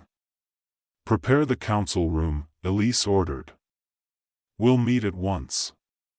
The council room was a stark contrast to the utilitarian bridge of the Solace. It was adorned with relics of humanity's past, maps of Earth, flags of long-forgotten nations, and holographic images of a planet most of them had never seen. Elise sat at the head of the table, flanked by Jackson and Elder Kieran. "The Zillion presence is more than just a scouting party," Kieran said, his voice low and grave. His weathered face was lined with age, but his eyes were sharp. "They're preparing for something bigger." Elise nodded. "I agree. They're testing us, seeing if we'll stand and fight or if we'll retreat." "And what do you propose?" Kieran asked, his gaze steady. "We outmaneuver them," Elise said. "We draw them in, make them think they have the upper hand, and then we strike where they're weakest." Jackson frowned. "You want to bait them into a trap." "It's the only way," Elise replied. "We can't meet them head-on, but we can lure them into an ambush. We know this sector better than they do. We can use the gravitational pull of the nearby dwarf star to mask our fleet's movements. When they engage, we'll be in position to strike from multiple angles." Kieran stroked his beard thoughtfully. "It's a dangerous gamble." "It's the only gamble we have," Elise said. "If we keep running, they'll wear us down. But if we strike hard and fast, we can push them back, maybe even force them to reconsider." Jackson leaned forward. I'm ready to lead the strike force. We'll hit them where it hurts. Elise looked at him, her expression softening slightly. She knew what this meant to him. The Zillions had taken everything from Jackson, his family, his home, his peace. But she couldn't let him act out of revenge. Jackson, you'll be part of the strike force, she said. But I'll lead the operation. This has to be precise. One misstep, and we lose everything. Jackson's jaw clenched, but he nodded. Understood. Days passed in tense preparation. The fleet moved quietly, positioning themselves in the shadow of the dwarf star. Elise spent sleepless nights reviewing tactical data, working closely with Navi, the fleet's AI, to ensure every variable was accounted for. Navi, Elise said, staring at the tactical display, what's the probability of success? Navi's voice was calm and measured. Based on current fleet strength and Zillion movements, the probability of success is 62.5%. However, that figure is contingent on precise execution of the ambush. Elise exhaled slowly. It wasn't the worst odds she'd faced, but it was far from comforting. And if we fail? Catastrophic loss of life and resources, Navi replied without emotion. Total destruction of the fleet within 72 hours. Elise nodded. Noted. Despite the weight of the decision, Elise remained calm. She had to be. Her people were depending on her to make the right call. She couldn't afford to hesitate now, the ambush was set. The Zillion marauders moved into the sector, their ships casting long shadows across the void. Elise watched from the command center of the Solace, her heart steady as the enemy fleet approached. All ships, prepare for engagement, she ordered, her voice cool and commanding. The Zillions didn't know what was coming. As they moved closer, their sensors picking up only faint traces of the human fleet, they believed they were closing in on easy prey. But Elise had positioned her ships in the gravitational shadow of the star, effectively hiding them from detection. Wait for my mark, Elise said, her hand hovering over the control panel, the seconds stretched into eternity. Elisa's eyes never left the tactical display, watching the Zillions' every movement. They were falling right into her trap. Now, she said that in an instant, the human fleet sprang to life. Ships emerged from their hiding spots, weapons blazing. The Zillions were caught off guard, their formation collapsing under the sudden onslaught. Elisa's plan was working. The nomadic fleet's superior maneuverability allowed them to strike quickly and retreat before the Zillions could retaliate. It was a hit-and-run tactic, perfectly executed. Target their command ship, Elise ordered, her eyes narrowing as the Zillion flagship came into view. Commander Jackson's voice crackled over the comms. Moving in for the kill. Jackson led a squadron of fast attack ships, weaving through the chaos of battle with deadly precision. He had waited years for this moment, and he wasn't going to let it slip away. But as Jackson's squadron closed in on the Zillion flagship, something unexpected happened. A massive energy surge erupted from the alien ship, knocking out the human fleet sensors. Navi, what the hell was that? Elise demanded. Unknown energy source detected, Navi replied. It appears to be of alien origin, unlike any technology previously encountered. Elisa's heart raced. This wasn't part of the plan. The Zillions had a new weapon, something they hadn't accounted for. All ships, fall back. Elise ordered. Regroup at the rendezvous point. But it was too late. The Zillion fleet, emboldened by their new weapon, pressed the attack. Elise watched in horror as several of her ships were destroyed in rapid succession. "We can't hold them off," Jackson shouted over the comms. "We need to take out that weapon." Elisa's mind raced. They had one chance, and it was a long shot. The ancient relic they had discovered days earlier, an abandoned alien weapon hidden deep in the system. It was their last hope.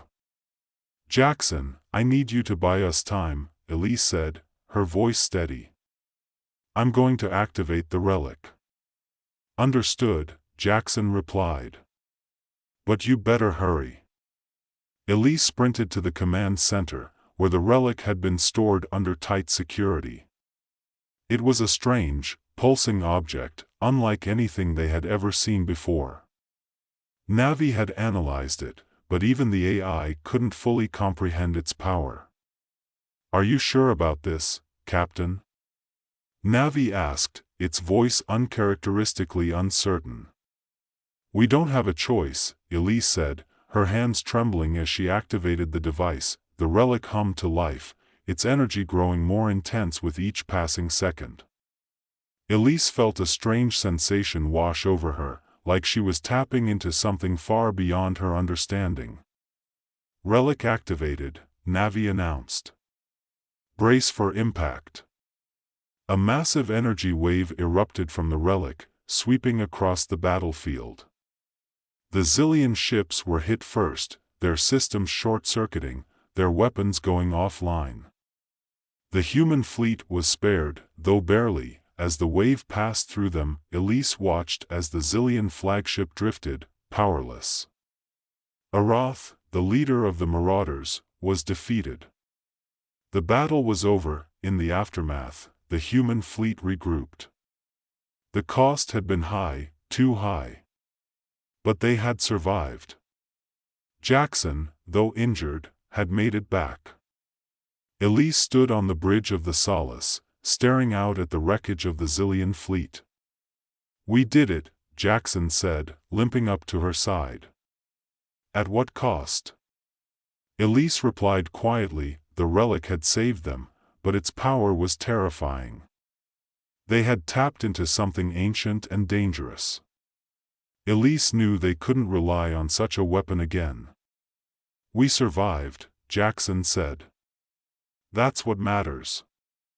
Elise nodded, though her mind was already on the future. The Zillions were defeated, but there would always be new threats. They were nomads, forever wandering, forever fighting to survive.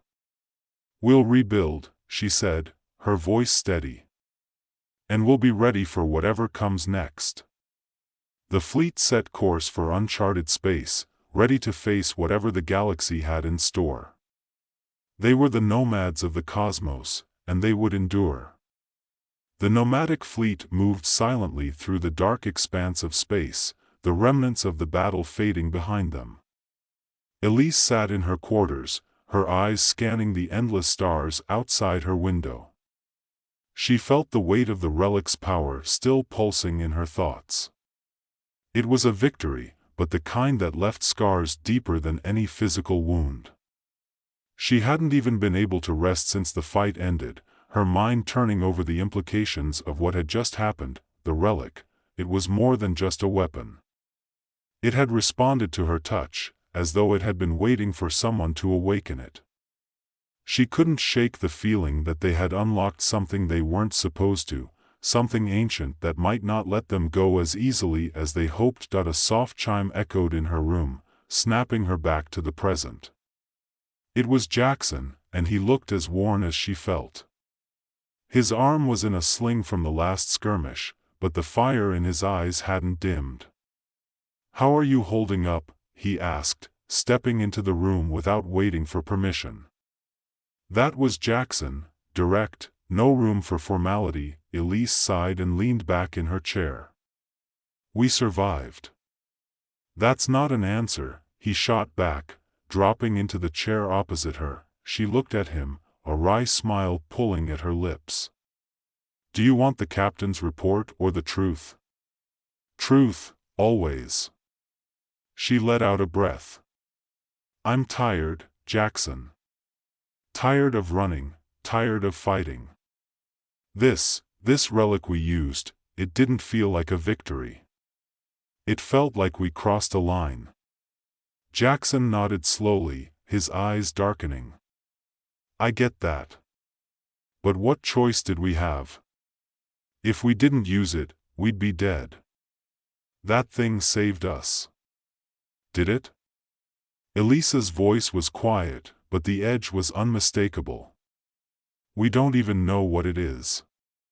What if the relic changes us? What if it's something we can't control? Jackson leaned forward, resting his good arm on his knee. Elise, we've been through worse. We've faced down enemies stronger than us, smarter than us. We're still here because we adapt, we survive. We'll figure out what this thing is, and if it's dangerous, we'll find a way to deal with it. Her gaze met his, and for a moment, the weight on her shoulders felt a little lighter. Jackson had a way of cutting through the noise, of reminding her that no matter how complicated things got, they always found a way forward. Still, the unease gnawed at her, the thought that maybe this time they had unleashed something far beyond their understanding. Navi's still running scans on it, Elise said, changing the subject slightly. But the data is incomplete. It's like the relic is alive, adapting as it interacts with us. Jackson raised an eyebrow. Alive?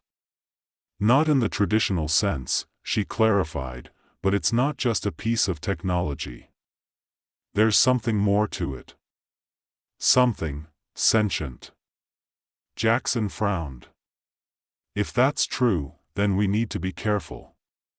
We've seen what alien tech can do when it's misunderstood. We don't want a repeat of, I know, Elise interrupted softly. They both remembered the last time they had misjudged an ancient artifact, the catastrophe that had nearly wiped out half their fleet. But we don't have much choice now, do we? For a long moment, silence settled between them, the hum of the ship's engines the only sound in the room. So what's the plan? Jackson finally asked, breaking the quiet. Elise rubbed her temples, trying to push through the fog of exhaustion clouding her thoughts. We move forward. The fleet is repairing the damage, but we can't stay here long. We're too vulnerable. I've set course for the uncharted systems beyond the frontier. We'll regroup there, assess our situation, and figure out our next steps. Jackson nodded.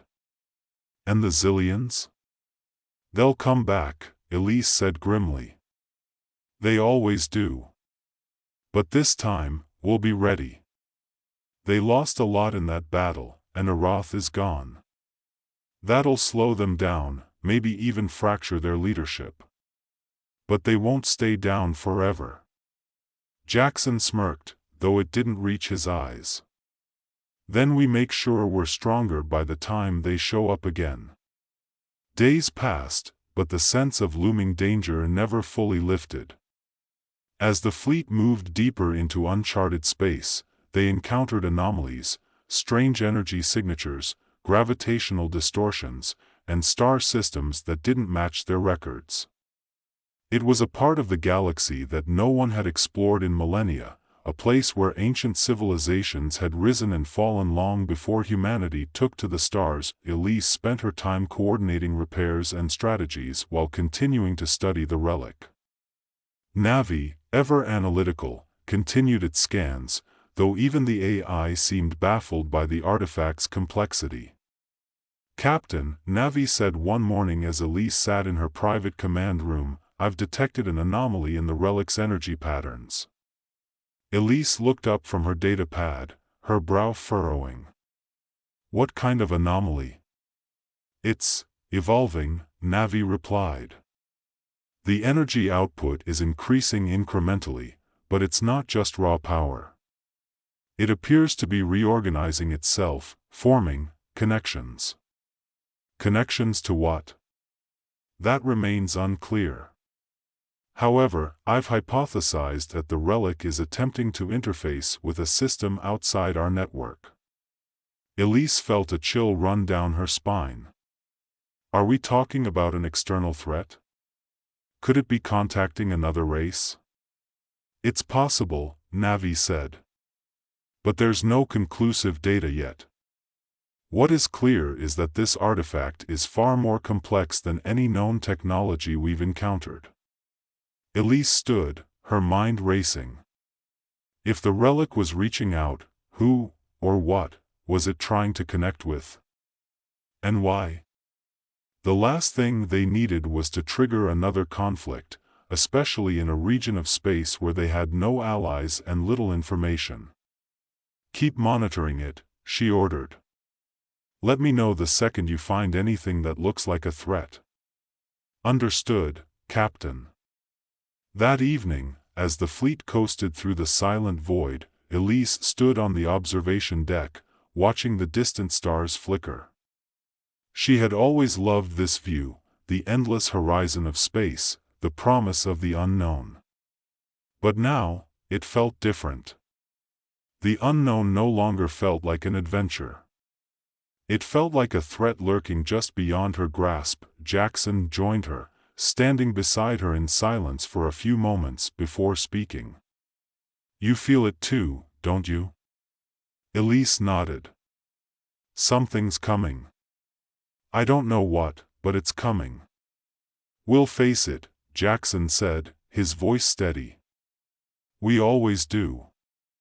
Elise wished she could share his confidence, but the weight of command pressed down on her. She wasn't just responsible for herself or even her crew, she carried the fate of their entire nomadic civilization on her shoulders. Every decision she made had consequences, and the margin for error was razor-thin. We have to be smarter this time, Elise said, her voice barely above a whisper. No more surprises. No more mistakes. Jackson turned to face her, his expression serious. We'll get through this, Elise. Together. She looked at him, grateful for his unwavering loyalty. Let's hope you're right. As the fleet continued its journey into the unknown, Elise couldn't shake the feeling that they were on the verge of something monumental, something that would change the course of human history forever. The relic, the zillions, the uncharted systems ahead, it was all connected, somehow. She just had to figure out how before it was too late, but one thing was clear, they couldn't keep running. Sooner or later, they would have to make a stand. And when that moment came, humanity's future would be decided, not by relics or ancient weapons, but by their own strength, their will to survive. The journey ahead was uncertain, but Elise knew one thing for sure, the nomads of space would endure. They always did. Welcome to the story. Don't forget to like, subscribe, and support me. The planet Aurum 9 shimmered in the distance, its surface a dazzling mosaic of golden and silver veins crisscrossing vast stretches of untouched wilderness. Carl Mason gazed out at the planet from the observation deck of his ship, taking in the beauty before him. It was a place ripe with potential, a treasure trove of minerals and resources that Earth so desperately needed. But he wasn't the only one with his eyes set on Aurum 9. Far below, the Rothar, an alien race known for their brutal efficiency, had already established their mining operations. Carl had been sent as part of humanity's first survey team, tasked with evaluating the planet's resources. What the people back on Earth didn't know was that Carl had a secret weapon. Alchemy, alchemical knowledge had been passed down through Carl's family for generations, a dying art in an age of advanced technology. While most people relied on machines, Carl had found ways to combine the ancient principles of alchemy with modern science. It was this blend of old and new that had brought him here. He was about to unlock the greatest secret Aurum 9 had to offer. The shuttle touched down on the planet's surface with a soft thud. The air was thick with minerals, a metallic tang that lingered in Carl's nostrils as he stepped out onto the hard, rocky ground. His equipment hummed to life as he began surveying the terrain, but his eyes were fixed on the horizon, where the Rother's mining machines chewed through the ground like ravenous beasts that he had seen their kind before, brutal, single-minded, and entirely devoid of the subtlety required to understand what truly lay beneath the surface. The Rothar were only interested in stripping Aurum 9 of its most obvious resources, leaving behind a barren wasteland. But Carl knew better. His instruments had picked up traces of something much more valuable, something only alchemy could unlock. Carl made his way to a nearby ridge and set up a small camp. His hands moved quickly, arranging strange vials, tools, and crystals on a small table. It was time to begin the process. The minerals here were unlike anything he had encountered before. Their structure was so complex, so intricate, that no machine could fully comprehend their potential. But Carl's alchemy allowed him to see beyond the surface, to feel the energy within. As he worked, his thoughts drifted back to the people of Earth. Energy shortages were becoming more common with each passing year. Fossil fuels were nearly depleted, and the newer fusion reactors, while promising, were still far from efficient. Aurum 9's minerals, however, held the key to a new form of energy, one that could power the planet for centuries. He carefully extracted a piece of mineral from the ground, its surface glimmering faintly in the sunlight. Holding it up to the light, Carl began chanting softly, the ancient alchemical words flowing effortlessly from his lips. The mineral started to glow, and within moments, it had transformed into something new, a pulsing, vibrant energy source. Carl smiled. The Rothar had no idea what they were sitting on. To them, this was just another rock. But to Carl, it was the future of energy. He knew that if he could replicate this process on a larger scale, he could not only save Aurum 9 from destruction but also bring unimaginable prosperity to Earth. Just as he was finishing his first successful transmutation, a warning signal flashed on his wristband. The Rothar were approaching. Carl quickly packed up his tools and stowed the transformed mineral in a protective case. He knew they wouldn't be happy about his presence here. The Rothar appeared over the ridge moments later, their dark, angular forms casting long shadows across the rocky terrain. Their leader, a towering figure with sharp, insect-like features, stepped forward and regarded Carl with a mixture of curiosity and disdain. "Human," the Rothar leader growled, "you are trespassing on our mining grounds. Leave now, or we will remove you." Carl stood his ground. "I have as much right to be here as you do. This planet doesn't belong to anyone." The Rothar leader's eyes narrowed. "It belongs to whoever can take it." Carl knew that reasoning with them was pointless. The Rothar respected only power, and right now, they had it. Their mining operations were well underway, and they wouldn't stop until the planet was drained dry, but Carl had an advantage. He had knowledge that they didn't, knowledge of alchemy and the planet's true potential. "I'm not leaving," Carl said firmly.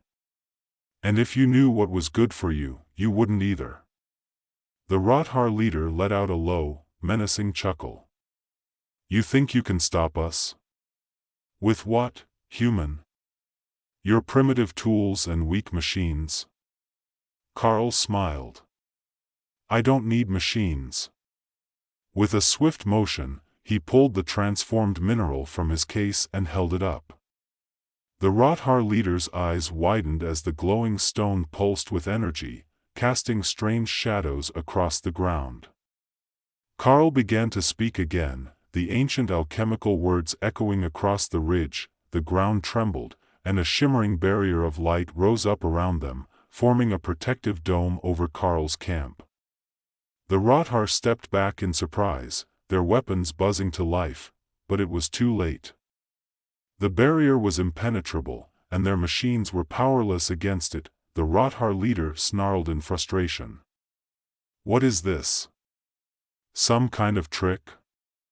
"It's not a trick," Carl replied calmly. "It's alchemy. And if you don't leave this planet, I'll use it to stop you from ever mining again." For a moment, there was silence as the Rothar considered their options. They had never encountered anything like this before. Their technology, advanced as it was, couldn't understand or replicate the principles of alchemy. To them, it was magic, but Carl knew better. It wasn't magic, it was science, just a different kind of science. And it was far more powerful than anything the Rothar could muster, the leader growled, signaling his forces to retreat. "This isn't over, human. We will return." Carl watched as they disappeared over the ridge, their mining machines shutting down one by one. He knew they would be back. The Rothar didn't give up easily. But he also knew that he had bought himself some time. Over the next few days, Carl worked tirelessly, using his alchemical skills to continue transforming the planet's minerals. Each transmutation brought him closer to his ultimate goal, creating a self-sustaining energy source that would not only protect the planet but also revolutionize Earth's energy industry. But the Rothar were growing impatient. Their resources were dwindling, and they couldn't afford to let Aurum 9 slip through their fingers. They sent emissaries to negotiate, but Carl knew they were only stalling. They were planning something, and he had to be ready. On the 5th day, the Rothar made their move. An armada of ships descended from the sky, their engines roaring as they approached Carl's camp. This time, they weren't here to negotiate. They were here to destroy. Carl had expected this. He activated the energy shield he had created, surrounding the camp and the planet's most valuable mineral deposits. The Rothar's ships fired upon the shield, but their weapons were useless. The alchemical energy absorbed the blasts and redirected them harmlessly into the atmosphere. The Rothar leader appeared on Carl's communication screen, his face twisted in rage. "You can't hold us off forever, human. We will find a way through your shield." Carl smiled grimly. "You're right. I can't hold you off forever. But I don't have to." Before the Rothar could respond, Carl activated the final phase of his plan. The energy he had been harvesting from the planet's minerals wasn't just for defense. It was for offense, too. He had turned the planet itself into a massive energy reactor, and now he was going to unleash its full power. With a final alchemical command, the ground beneath the Rothar's ships began to tremble. Pillars of energy shot up from the surface, striking the ships and disabling their engines. One by one, the ships fell to the ground, their systems fried by the sheer force of the planet's energy. The Rothar had no choice but to retreat. Their ships were grounded, their weapons useless, and their mining operations in ruins. Carl watched as they fled into the sky, disappearing into the blackness of space. It was over. The Rothar were gone, and Aurum 9 was safe. But more importantly, Carl had succeeded in unlocking the planet's true potential. He had created a new energy source, one that could power Earth for centuries. As he stood on the ridge, looking out over the planet, Carl felt a sense of accomplishment wash over him. He had done it. He had saved Aurum 9, and in doing so, he had ensured the survival of humanity. But his work wasn't finished. There were other planets out there, other resources waiting to be discovered. And Carl knew that humanity would need every advantage it could get in the coming years. The Rothar weren't the only alien race out there, and not all of them would be as easy to defeat. But with the power of alchemy on his side, Carl was ready for whatever came next. He packed up his equipment and prepared to leave Aurum 9, knowing that this was only the beginning of humanity's journey into the stars. As Carl's shuttle entered the cold vacuum of space, he leaned back in his seat, his mind already shifting toward the next challenge. Aurum 9 was a triumph, but it was just one victory in a galaxy filled with unknown dangers. The Rothar had retreated, but their threat lingered. They were a reminder that humanity's position in the cosmos was fragile, and Carl knew he couldn't rely on luck or the ignorance of alien species forever. He replayed the confrontation in his mind, assessing his moves. The alchemical defenses had been effective, but the Rothar had reacted faster than he expected. He had seen the fury in their leader's eyes, the kind of fury that didn't fade easily. They wouldn't forget what happened on Aurum 9, and Carl was certain they'd return, maybe with a better understanding of the alchemical forces they had underestimated. But that was a problem for another day. For now, Carl's focus shifted back to Earth. The new energy source he had unlocked was going to change everything. As his shuttle sped toward the nearest jump gate, he accessed the ship's secure communication systems and prepared his report. The people back on Earth were hungry for solutions. The energy crisis had brought the world to a tipping point, and Carl's discovery could be the salvation they had been waiting for. He transmitted the initial data, watching the encrypted files beam across light years. Soon, world leaders, energy consortiums, and scientific institutions would be poring over his findings, and Carl knew what would follow. His phone would ring non-stop, offers and threats wrapped in diplomacy and greed. Everyone would want a piece of Aurum 9's power, and if history had taught him anything, it was that the line between ally and enemy could shift in the blink of an eye. As the jump gate appeared on the horizon, Carl switched off the communication console and stared into the star-streaked void. The blackness always made him feel small, but today, it felt like something more. It was as if the vastness of space had grown heavier, the silence speaking to him in ways he didn't fully understand. The jump gate engaged, the shuttle vibrating as it entered the wormhole that would catapult him back to the core systems. The familiar hum of the engines filled the cabin, but Carl couldn't shake the unease settling in his chest. Something was coming. He couldn't explain it, but the deeper he delved into the mysteries of alchemy and energy, the more he felt like he was unlocking doors that should remain closed. The shuttle emerged from the wormhole into the heart of human space, and Carl's proximity sensors immediately lit up with activity.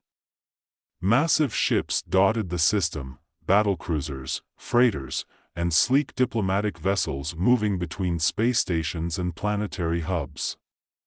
The center of humanity's power was as bustling as ever, but Carl wasn't interested in the pomp and politics. He set a course for the designated station where a small team of trusted engineers and scientists awaited his return. These were the people who could help him take his discovery to the next level, the ones who understood both the science and the ancient secrets of alchemy that had been passed down to him. If anyone could help him harness Aurum 9's energy on a larger scale, it was them. The docking procedures were smooth, and within minutes, Carl stepped off the shuttle, greeted by a familiar face.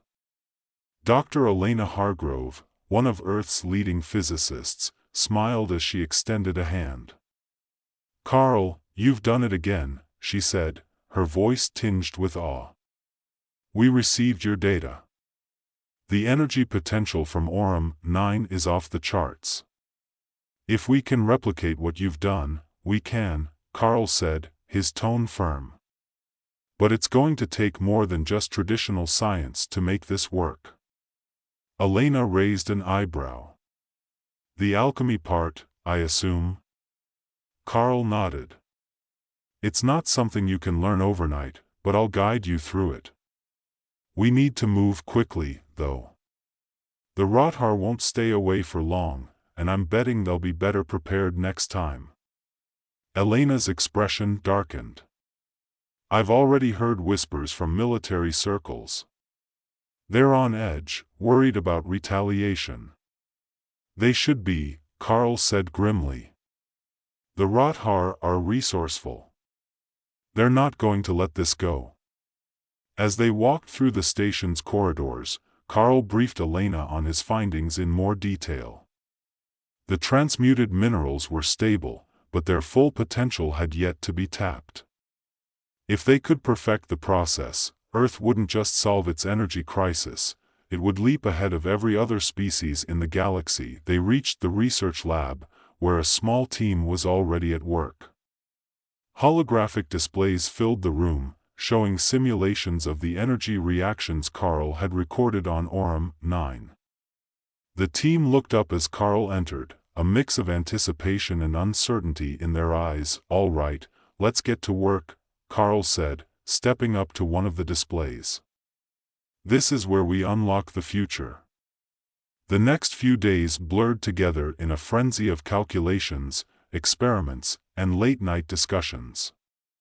Carl guided the team through the intricate balance of alchemical principles and scientific techniques, helping them understand how to harness the energy in ways that no machine could replicate. Slowly but surely, they began to see progress, but the Rothar were not idle. As Carl predicted, they had been regrouping. Reports from deep space probes indicated increased activity along the Rothar borders. Their ships were gathering, and it was only a matter of time before they made their next move. Carl barely had time to process the incoming data when a transmission came through from one of Earth's military fleets. The Rothar were on the move, and they were headed straight for Aurum 9. Panic rippled through the scientific community, but Carl remained calm. He had anticipated this. The Rothar might come with more firepower, but they still didn't understand the full extent of the alchemical energy he had unlocked. As the team worked around the clock to finalize the next stage of their project, Carl received a request for a secure meeting with the United Earth Council. He wasn't surprised. The politicians were getting nervous, and they would want assurances that Carl's discovery could be weaponized if necessary. The meeting took place in a private chamber aboard the station. Council members appeared via holographic projection, their faces tense. "Dr. Mason," the council leader began, "your work on Aurum 9 has brought humanity a great opportunity, but also a significant threat. The Rothar are mobilizing, and we need to know, can your discovery be used to defend Earth?" Carl met their gazes steadily. "The energy source I've unlocked is incredibly powerful, but it's not a weapon. Not in the traditional sense." The council leader frowned. "We're not asking for traditional. We're asking for results." Carl sighed inwardly. "What I've developed could power defenses that would make Earth nearly impenetrable. But it's not just about defense. This energy could propel us forward in ways we've never imagined. Weaponizing it would be a waste of its true potential." The council members exchanged uneasy glances. "We understand that, Dr. Mason, but with the Rothar threat looming, we don't have the luxury of time. We need to be prepared for the worst." Carl nodded. "I'll do what I can. But if you're asking me to build a superweapon, that's not where my priorities lie. We can defend ourselves without destroying everything around us." The council leader nodded curtly. "Very well. We'll trust your judgment, but know that the Rothar won't hesitate to use any means necessary to take what they want." As the meeting ended, Carl returned to the lab, his mind racing. The Rothar's attack was imminent, and he had to act fast. He gathered his team and laid out the final plan. They would use the alchemical energy to create a planetary defense grid around Earth, one that would draw power directly from Aurum 9's mineral core. The tension in the air was palpable as they began the final preparations. The Rothar fleet was closing in, and Earth's military was on high alert. Carl worked tirelessly, his focus unwavering as he guided the team through the delicate process of activating the defense grid. Then, just as the last connections were made, the Rothar fleet entered Earth's system. Massive ships blotted out the stars, their weapons charging as they prepared to strike. Carl stood at the central control panel, his hands moving with precision as he initiated the defense grid. Energy surged through the network, lighting up the skies with brilliant beams of light. The Rothar ships fired, but their weapons were absorbed by the grid, the alchemical energy neutralizing the attacks before they could do any damage. It was over in moments. The Rothar, realizing they were outmatched, retreated once more, their fleet disappearing into the void. Carl let out a breath he didn't realize he was holding. They had done it. Earth was safe, for now. But he knew this was only the beginning. The Rothar would return, and other threats would emerge. But with the power of alchemy, humanity had a fighting chance. As Carl looked out at the stars, he felt a renewed sense of purpose. There was still so much to discover, so much potential to unlock. And he was ready for whatever came next. Welcome to the story. Don't forget to like, subscribe, and support me. The cold, distant edges of the Milky Way were a place where few ventured, where the vast silence of space reigned supreme. The region seemed unremarkable, a collection of stars scattered like dust in the cosmic winds. But hidden deep within this tranquil expanse, a secret lay buried: the Galactic Guard, a group of human soldiers sworn to protect the galaxy from unseen threats. They were the last line of defense, a mystery to most of the universe. Captain Ethan Steele stood in front of the main viewport on the command deck, his sharp eyes scanning the stars. He had been a soldier for most of his life, but never had he encountered a threat like the one that now loomed on the horizon. The Zurak Empire, a ruthless alien race, was planning something. He could feel it. And the whispers in the galaxy confirmed it. A soft hum filled the air as Dr. Mira Park, the squad's lead scientist, entered the room. "Captain, the scans of the outskirts are complete. We found something, a Zurak scout ship. It's small, but it confirms the rumors." Ethan turned to face her, his expression grave. "How close are they?" "Close enough. If a scout ship's here, the main fleet can't be far behind."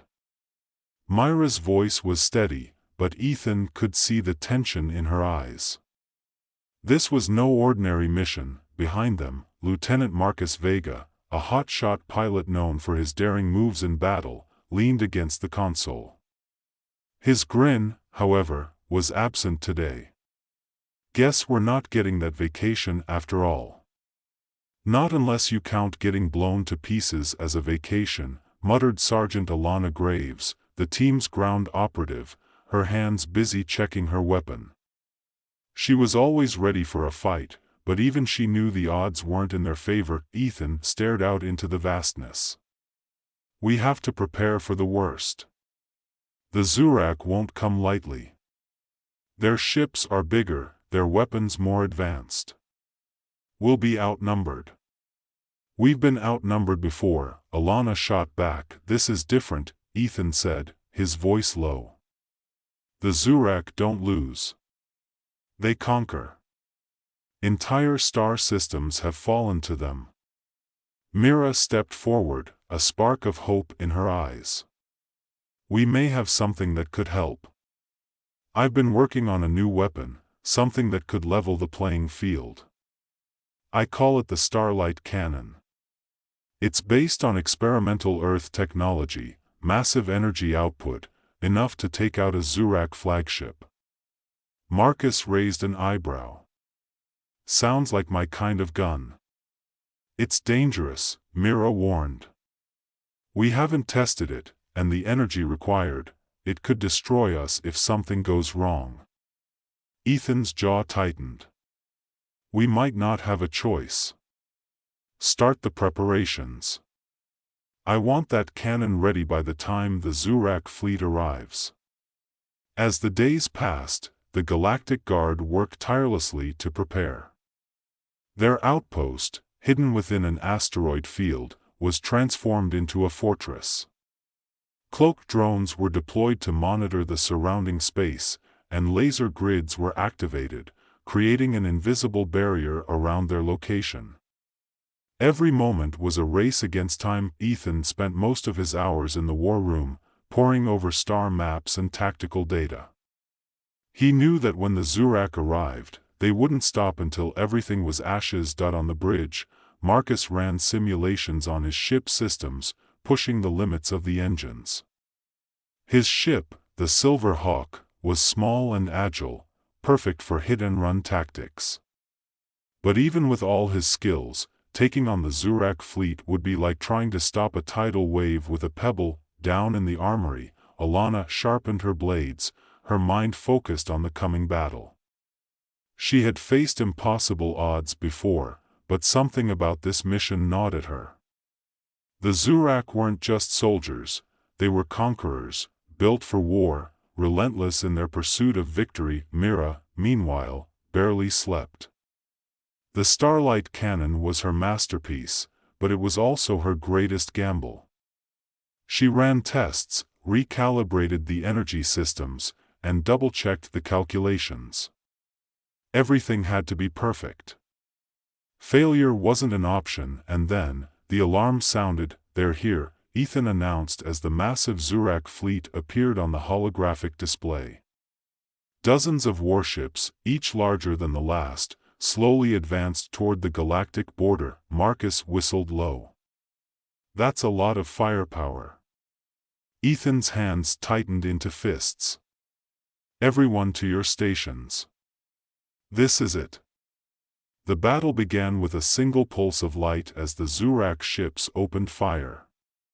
Their energy beams tore through space, crashing against the Galactic Guard's shields. The outpost shuddered, but held. Marcus was already in the air, weaving through enemy fire in the Silver Hawk. His ship darted between the massive Zurak vessels, unleashing precise strikes that targeted weak points in their armor. He flew like a man possessed, each maneuver daring, each attack lethal. On the ground, Alana led a strike team to board one of the Zurak cruisers.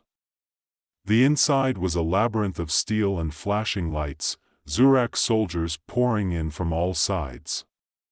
Alana fought with the ferocity of a cornered animal, her blades flashing as she cut through enemy ranks. "Hold the line," she shouted, even as her team was pushed back. The Zurak were relentless, their numbers overwhelming. But Alana didn't retreat. She couldn't afford to. Back at the outpost, Ethan commanded from the bridge, his voice steady, issuing orders with precision. Every move was calculated, every strike coordinated.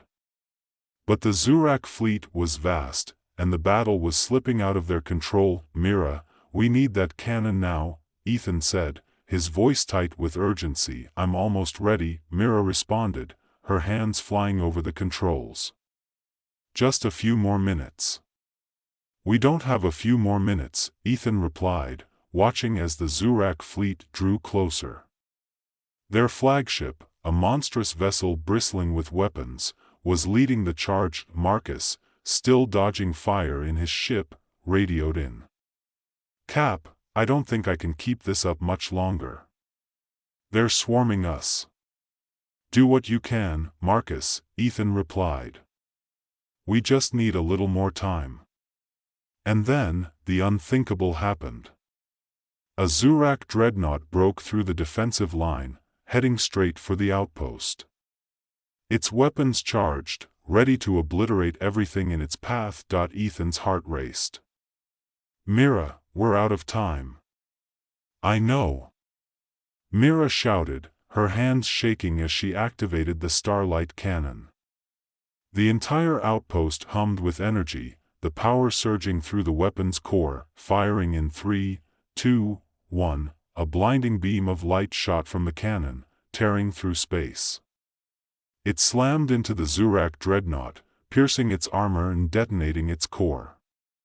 The explosion lit up the stars, the shockwave knocking back nearby ships. Cheers erupted from the crew, but the battle wasn't over yet. The Zurak flagship still loomed, its weapons trained on the outpost. Ethan clenched his fists. Prepare for another shot. But before they could fire, the flagship launched a massive barrage of energy blasts, too many to intercept.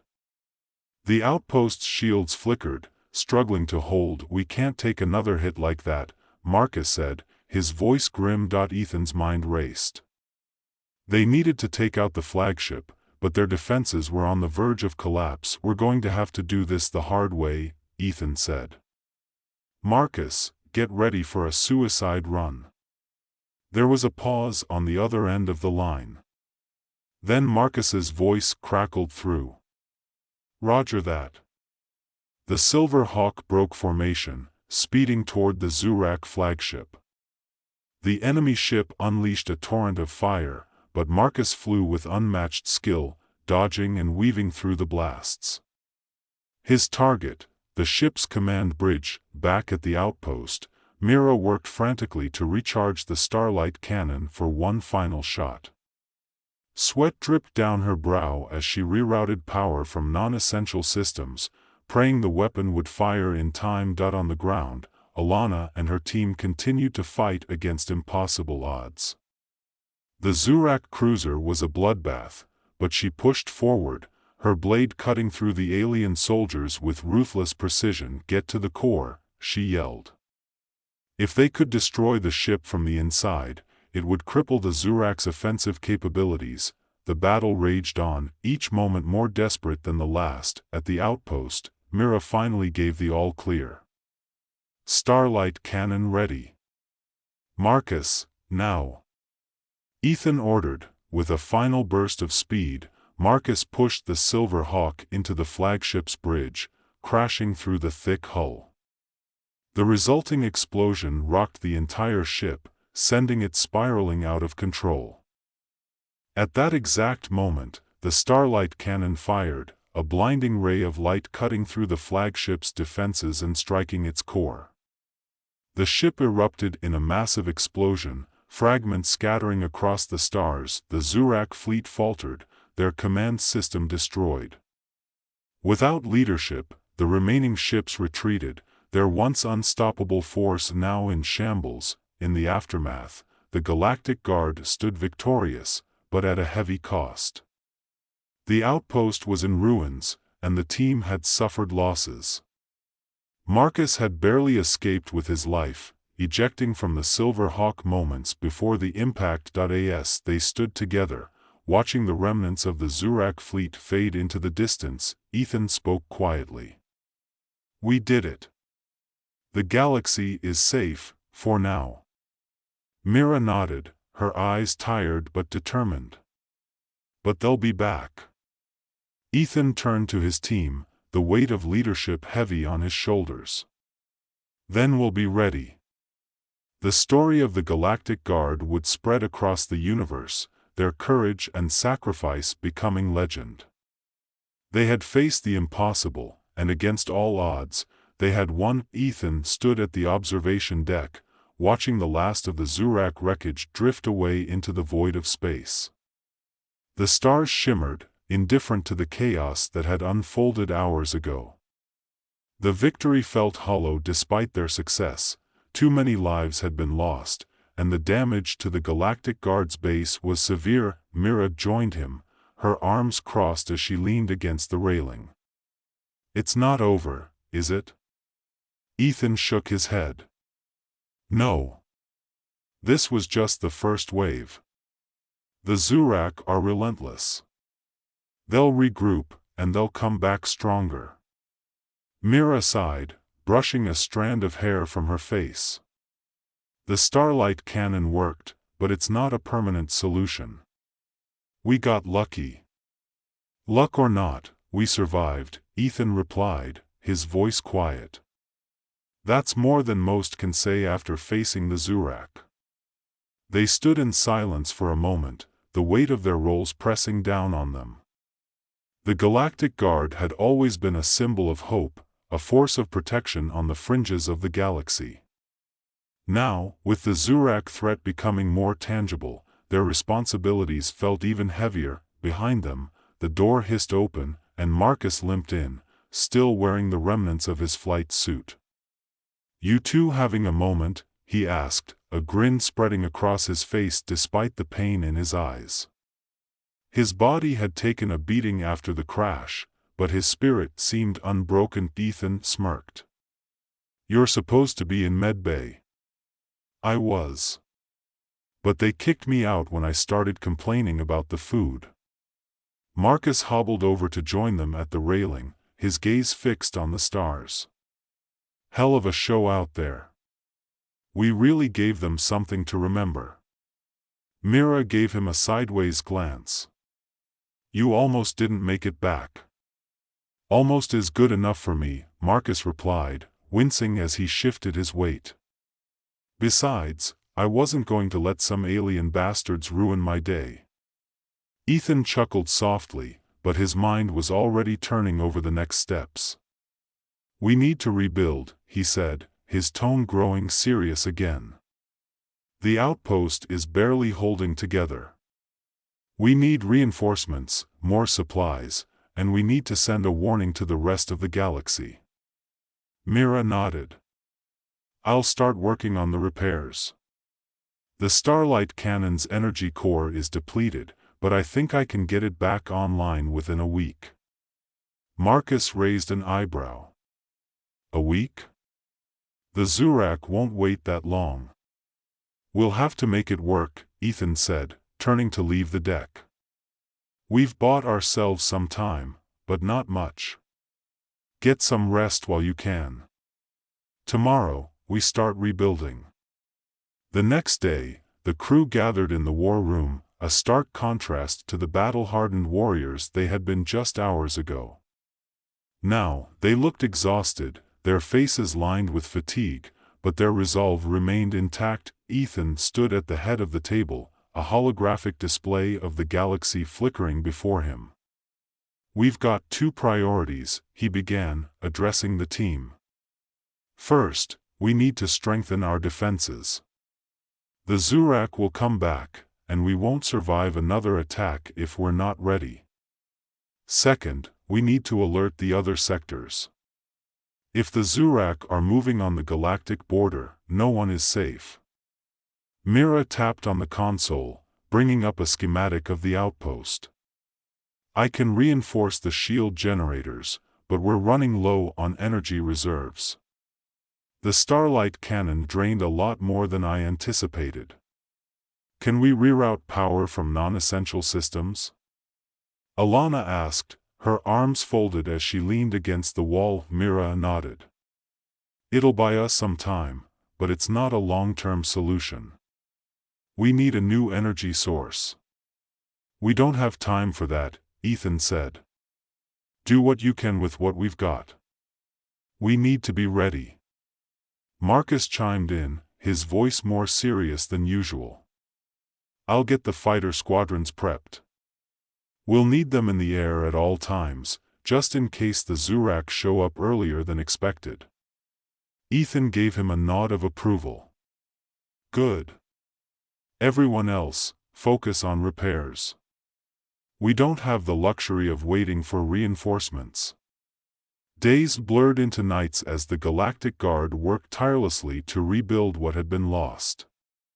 The sound of welding torches and the hum of machinery filled the air as teams worked around the clock to strengthen the outpost's defenses. Mira was a constant presence in the engineering bay, rarely leaving her station as she monitored the energy output and recalibrated the systems.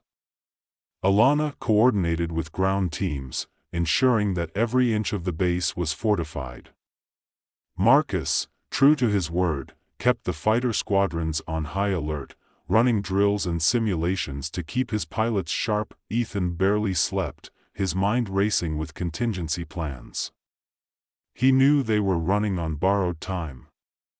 The Zurak would return, and when they did, they wouldn't just be testing the waters. They'd come with everything they had. Late one evening, Ethan found himself back at the observation deck, staring out at the stars once more. The silence of space was deceptive. It hid the chaos and destruction that could erupt at any moment. He knew that out there, somewhere, the Zurak were preparing for their next move. "You can't keep doing this," a voice said from behind him. Ethan turned to see Mira standing in the doorway, her arms crossed. She looked as tired as he felt, dark circles under her eyes, but there was a fire in her gaze. "I'm fine," he replied, though they both knew it was a lie. Mira stepped forward, her voice soft but firm. "You're pushing yourself too hard. We need you at your best when the Zurak return." Ethan sighed, running a hand through his hair. "I can't afford to stop. There's too much at stake." "I know," Mira said, her tone gentle. "But we're a team, Ethan. You don't have to carry this burden alone." For a moment, the weight on his shoulders seemed to lessen, just slightly. He gave her a small nod, grateful for her presence, even if he couldn't find the words to say it. The days continued to pass, and soon the outpost began to resemble its former self. The shield generators were online, the fighter squadrons were ready, and the starlight cannon had been recharged, though they all knew it was a one-shot gamble. Ethan stood before his crew, ready to give them the final briefing. "We've done everything we can. The Zurak will be here any day now. When they come, we hit them hard, and we hit them fast. We can't afford to let them gain any ground." The crew nodded in unison, their expressions grim but determined. They had been through hell once before, and they were ready to face it again. And then, the moment they had all been dreading arrived. "Captain," came a voice over the comms. "We've got movement on the scanners. It's them." Ethan felt his stomach drop, but he didn't let it show. "Everyone to battle stations."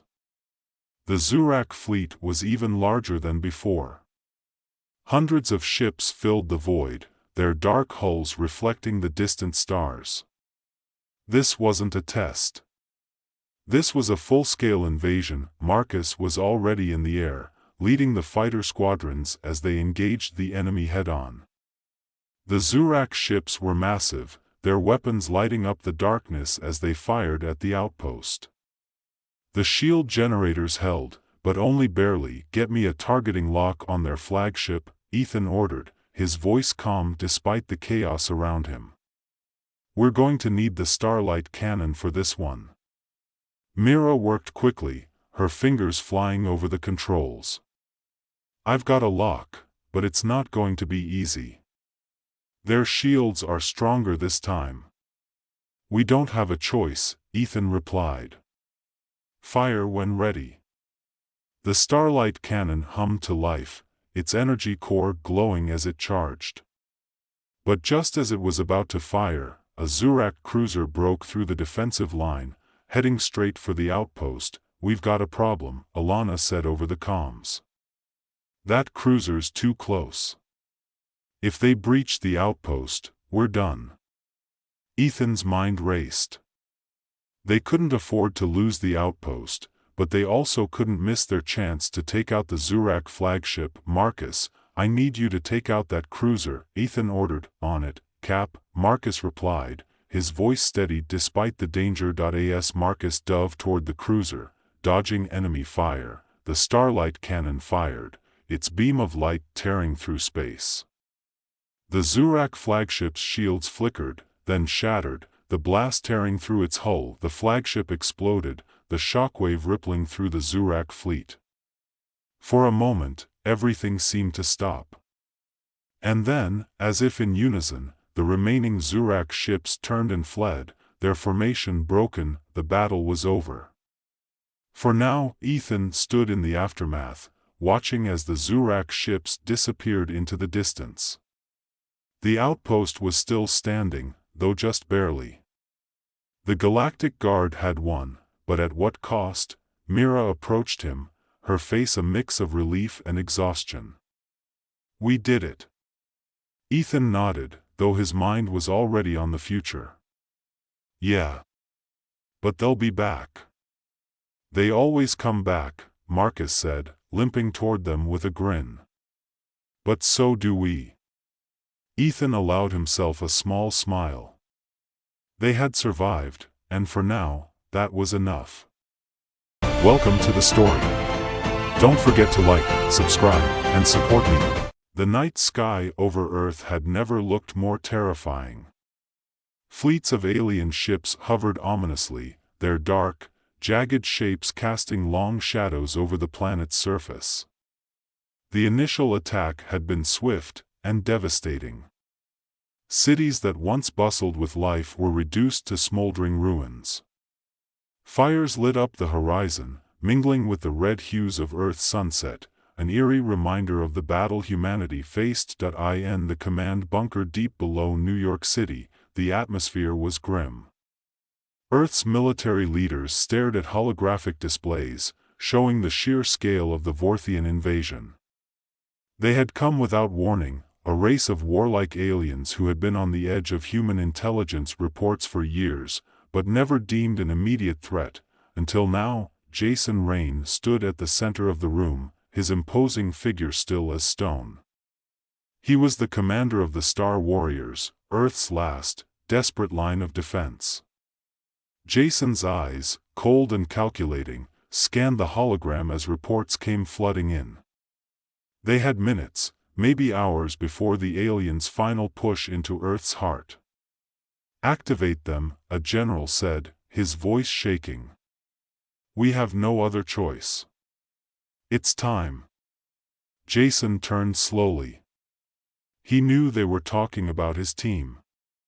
The Star Warriors had been kept in reserve, a last resort, because humanity wasn't sure what would happen once they were unleashed.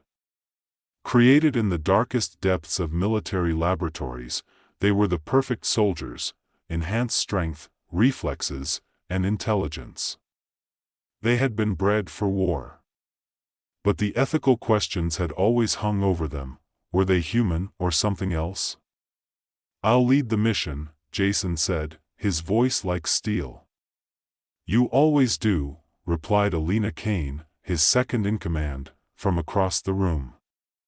Alina's sharp green eyes met his, and for a moment, the weight of the world hung between them.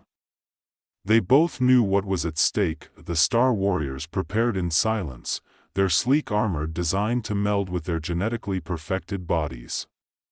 Jason moved through the rows of soldiers, each one standing at attention, their faces expressionless. He stopped in front of Alina, his most trusted lieutenant, a woman who had been with him since the earliest days of the Star Warriors program. You ready? Jason asked. I was born ready, Alina said, tightening the strap on her gauntlet. A small smirk tugged at Jason's lips. If there was anyone he trusted to lead Earth's last stand, it was her. The team boarded the dropship, the heavy hum of its engines a reminder that this might be the last time they saw Earth from above. The invasion had left its scars. As the ship climbed higher into the atmosphere, Jason gazed out at the scorched land below, patches of smoke rising where battles still raged. They were humanity's last hope. Commander, Alina's voice interrupted his thoughts, Vorthian command ship in sight. Jason stood, his hand gripping the edge of the dropship's hatch as the alien vessel loomed closer. It was a monstrous, biomechanical beast, a black, pulsing entity, surrounded by smaller ships like planets orbiting a star. Prepare for infiltration, Jason ordered. The team clicked their helmets into place, the seamless hiss of their armor forming an airtight seal. The battle in the skies above New York was nothing short of apocalyptic. Earth's remaining fighter squadrons clashed with Vorthian interceptors, creating an explosion of light and fire across the dark sky. The Star Warriors plunged into the chaos, their dropship weaving between enemy fire. They had one mission: disable the Vorthian command ship and dismantle their invasion from the inside. the ship touched down on the alien hull with a metallic thud. Jason led the way, his enhanced body moving with the precision of a machine. Behind him, Alina and the rest of the team followed, weapons drawn, ready for anything. Inside, the corridors of the Vorthian ship were dark, illuminated by pulsing veins of light running through the walls. The air was thick and stale, a constant reminder that this was a world completely foreign to them. "Keep moving," Jason said quietly, leading them deeper into the bowels of the ship. His HUD displayed the layout, stolen from a captured Vorthian scout weeks ago. The core of the ship, their target, was several levels below, protected by layers of defenses. The first wave of alien soldiers hit them like a storm. Vorthians were massive creatures, towering over the humans with muscular, armored bodies, their faces hidden behind grotesque helmets. The Star Warriors didn't flinch. Their genetically enhanced reflexes kicked in, and they fought with lethal precision. Jason fired a plasma round into the chest of an advancing alien, while Alina leaped through the air, driving her blade through the neck of another. The battle raged through the twisting halls of the ship. The Vorthians had numbers, but the Star Warriors had speed and power. Jason moved like a shadow, a blur of steel and plasma fire. His team was a seamless machine, every move calculated, every kill efficient, but even they were beginning to feel the strain. The deeper they moved into the ship, the stronger the resistance. It wasn't long before the team found themselves pinned down in a narrow corridor, waves of aliens pouring in from both sides. "We're not going to make it at this rate," Alina shouted over the sound of gunfire. Jason's mind raced. They had to complete the mission, or Earth was lost. He looked at his team, then at the map displayed on his visor. They were close, just one level away from the ship's core. He knew what had to be done. "Alina, take the team and go," he said. "What are you talking about?" she replied, her eyes narrowing in disbelief. "I'll hold them off." "You plant the explosives," Jason said, his voice calm, despite the chaos around them. He locked eyes with her, and for a moment, the weight of their entire history pressed down on both of them. She wanted to argue, but she knew it was pointless. Jason had made his decision. "Go," he ordered. Alina hesitated for only a second before nodding. She gathered the rest of the team and moved toward the core, leaving Jason alone in the corridor with the advancing Vorthian forces. He fought with the fury of a man with nothing left to lose. Plasma rounds tore through alien armor, and his blade slashed through anything that came near. But the Vorthians kept coming, and Jason could feel his body beginning to wear down. His enhanced stamina was unmatched, but even he had limits. The ship shuddered as Alina and the team planted the charges at the core.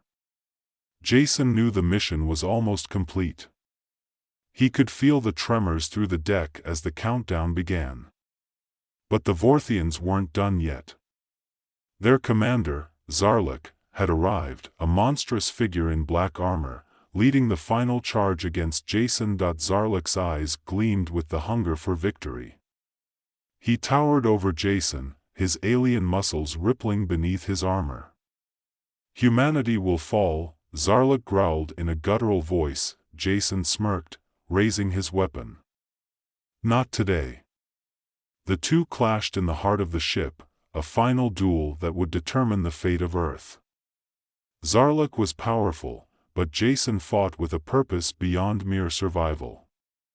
He fought for his people, for the soldiers who trusted him, for a planet that had already lost so much. Their battle raged on, plasma fire and steel meeting in explosive clashes.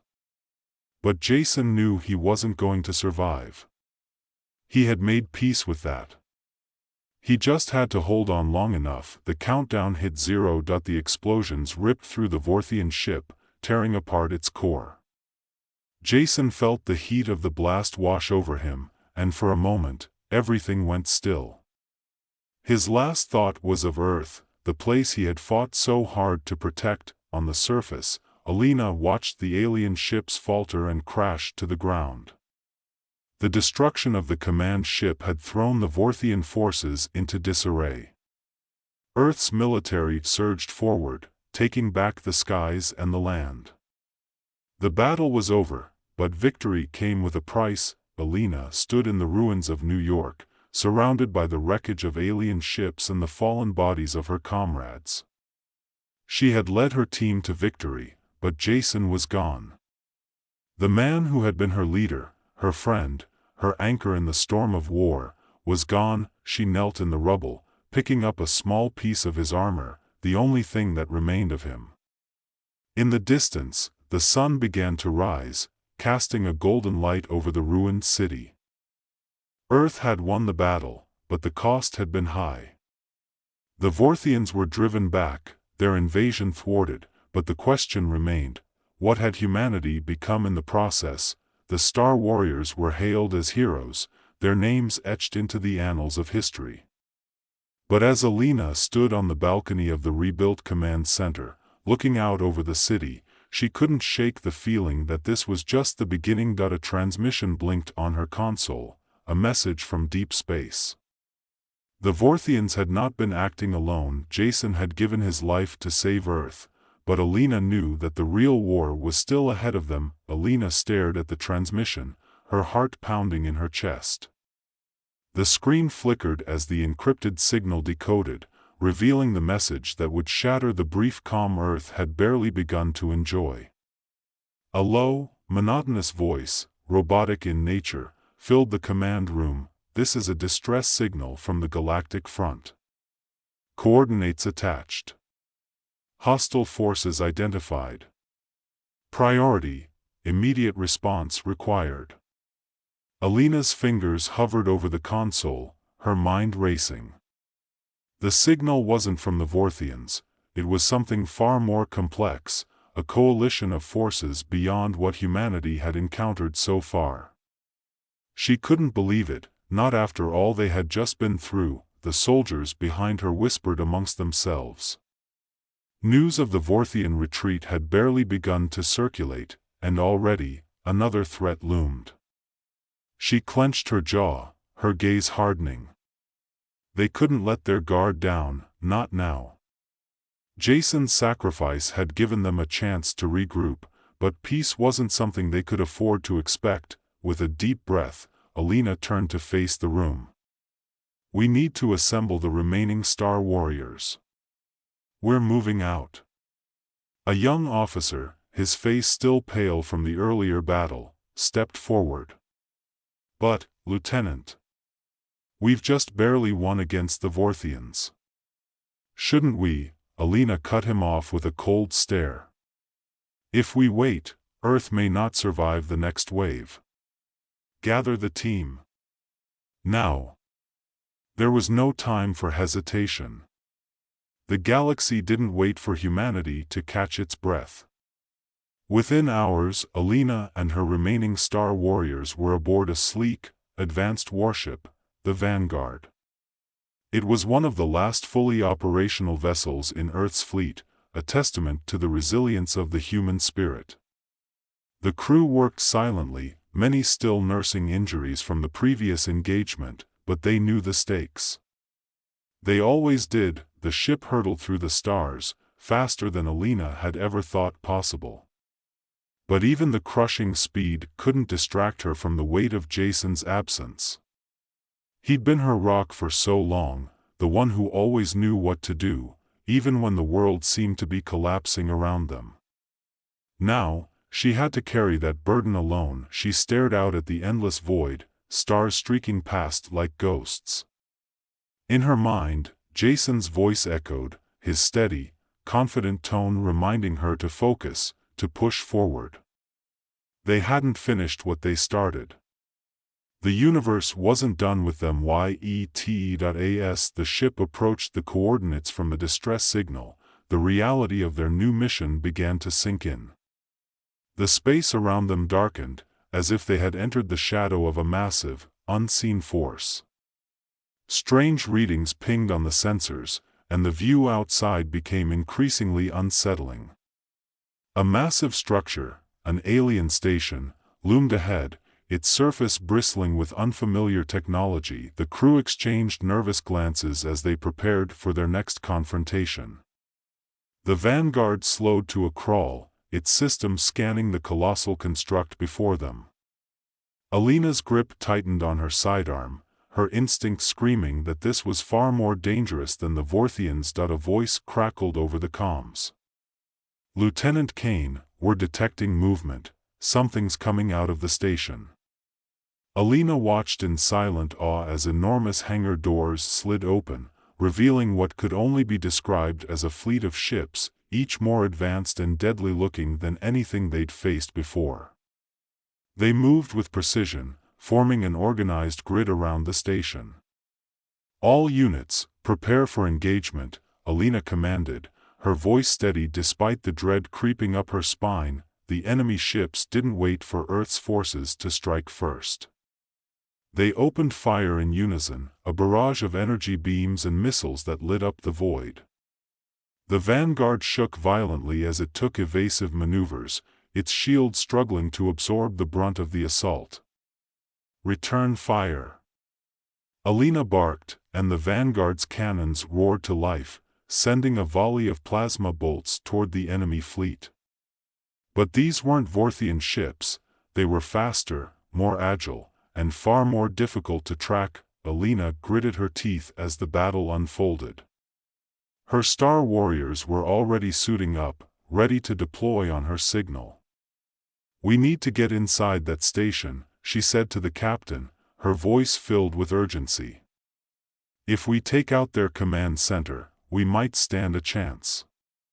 The captain nodded grimly, and the ship adjusted its trajectory, speeding toward the station's docking bay.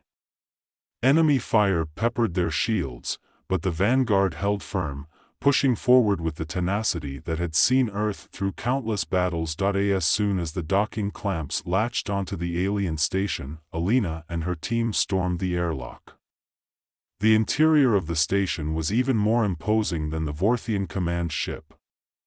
The walls were alive with strange, pulsing energy, and the atmosphere buzzed with an alien hum that made her skin crawl. They moved swiftly, cutting down any resistance that crossed their path.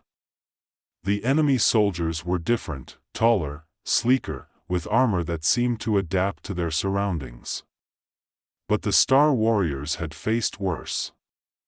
Alina led the charge, her enhanced reflexes guiding her blade through the nearest foe, a clean strike that severed its armor with a burst of sparks. Her team fought like a well-oiled machine, but they were taking heavy fire. The alien defenses were formidable, and it became clear that this wasn't a simple assault. These enemies had prepared for them, anticipated their every move. "They're adapting to us," Alina muttered under her breath as she ducked behind cover, narrowly avoiding a plasma blast. "We need to move faster," one of her soldiers shouted over the din. Alina's HUD blinked, showing the location of the station's core, just a few levels below. They were close, but it wasn't going to be easy.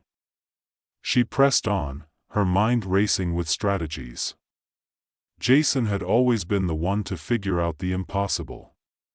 Now, it was up to her. As they neared the core, the station's defenses ramped up. Automated turrets popped out of the walls, spraying the corridor with a deadly barrage. Alina dove forward, rolling beneath the fire as she tossed a grenade into the cluster of turrets. The explosion rocked the station, sending chunks of debris flying. "We're almost there," she called out, her voice tight with determination. Her team followed her lead, blasting through the final corridor until they reached the core. It was a massive chamber, filled with pulsating energy that seemed to power the entire structure. But something was wrong. A massive figure stood at the center of the room, its body covered in armor that shimmered with an otherworldly glow. "Welcome," the figure said, its voice cold and mechanical. "You must be the ones who defeated the Vorthians." "Impressive." But your fight is over. Alina's heart raced. This wasn't just another alien commander, this was something more. Something far more dangerous. She raised her weapon, her finger hovering over the trigger. Not yet, she said, her voice low. The figure moved faster than she anticipated, closing the distance between them in a blur of motion. Alina barely had time to react, dodging its attack as her team opened fire. Plasma rounds ricocheted off the figure's armor, doing little to slow it down. "Keep hitting it," she shouted, rolling to her feet and firing a burst of energy at the figure's exposed joints. The battle was brutal. Every hit they landed seemed to do nothing, and the figure's counterattacks were devastating. Alina's breath came in short, ragged bursts as she dodged and struck, her body beginning to tire under the relentless pressure, but she refused to give in. Jason's sacrifice hadn't been for nothing. She had to see this through. In a moment of clarity, she spotted a weakness. The figure's armor shifted with each attack, leaving a small gap at the base of its neck. It was a long shot, but it was all they had. "Focus fire on the neck," she ordered, her voice rising above the chaos. Her team adjusted, pouring everything they had into that small vulnerable point. The figure staggered, its movements slowing as they pressed the advantage. Alina sprinted forward, her blade raised high, and with a final, desperate strike, she drove it into the figure's neck, severing the connection. The alien commander fell with a heavy thud, its body lifeless. Alina stood over it, breathing heavily. They had won, but it didn't feel like a victory. The galaxy was changing, and they were just beginning to understand the forces at play. As she turned to leave, the station's core began to pulse violently. Alina's eyes widened as she realized the station was self-destructing. "We need to get out of here. Now!" The team sprinted for the exit, the walls around them shaking as the station began to collapse. The Vanguard was waiting, its engines roaring to life as the Star Warriors made their escape. As the alien station exploded behind them, Alina collapsed into her seat, exhausted but alive. She gazed out at the stars, knowing that this was only the beginning. The galaxy had seen what humanity was capable of, and now, they would see what the Star Warriors could become.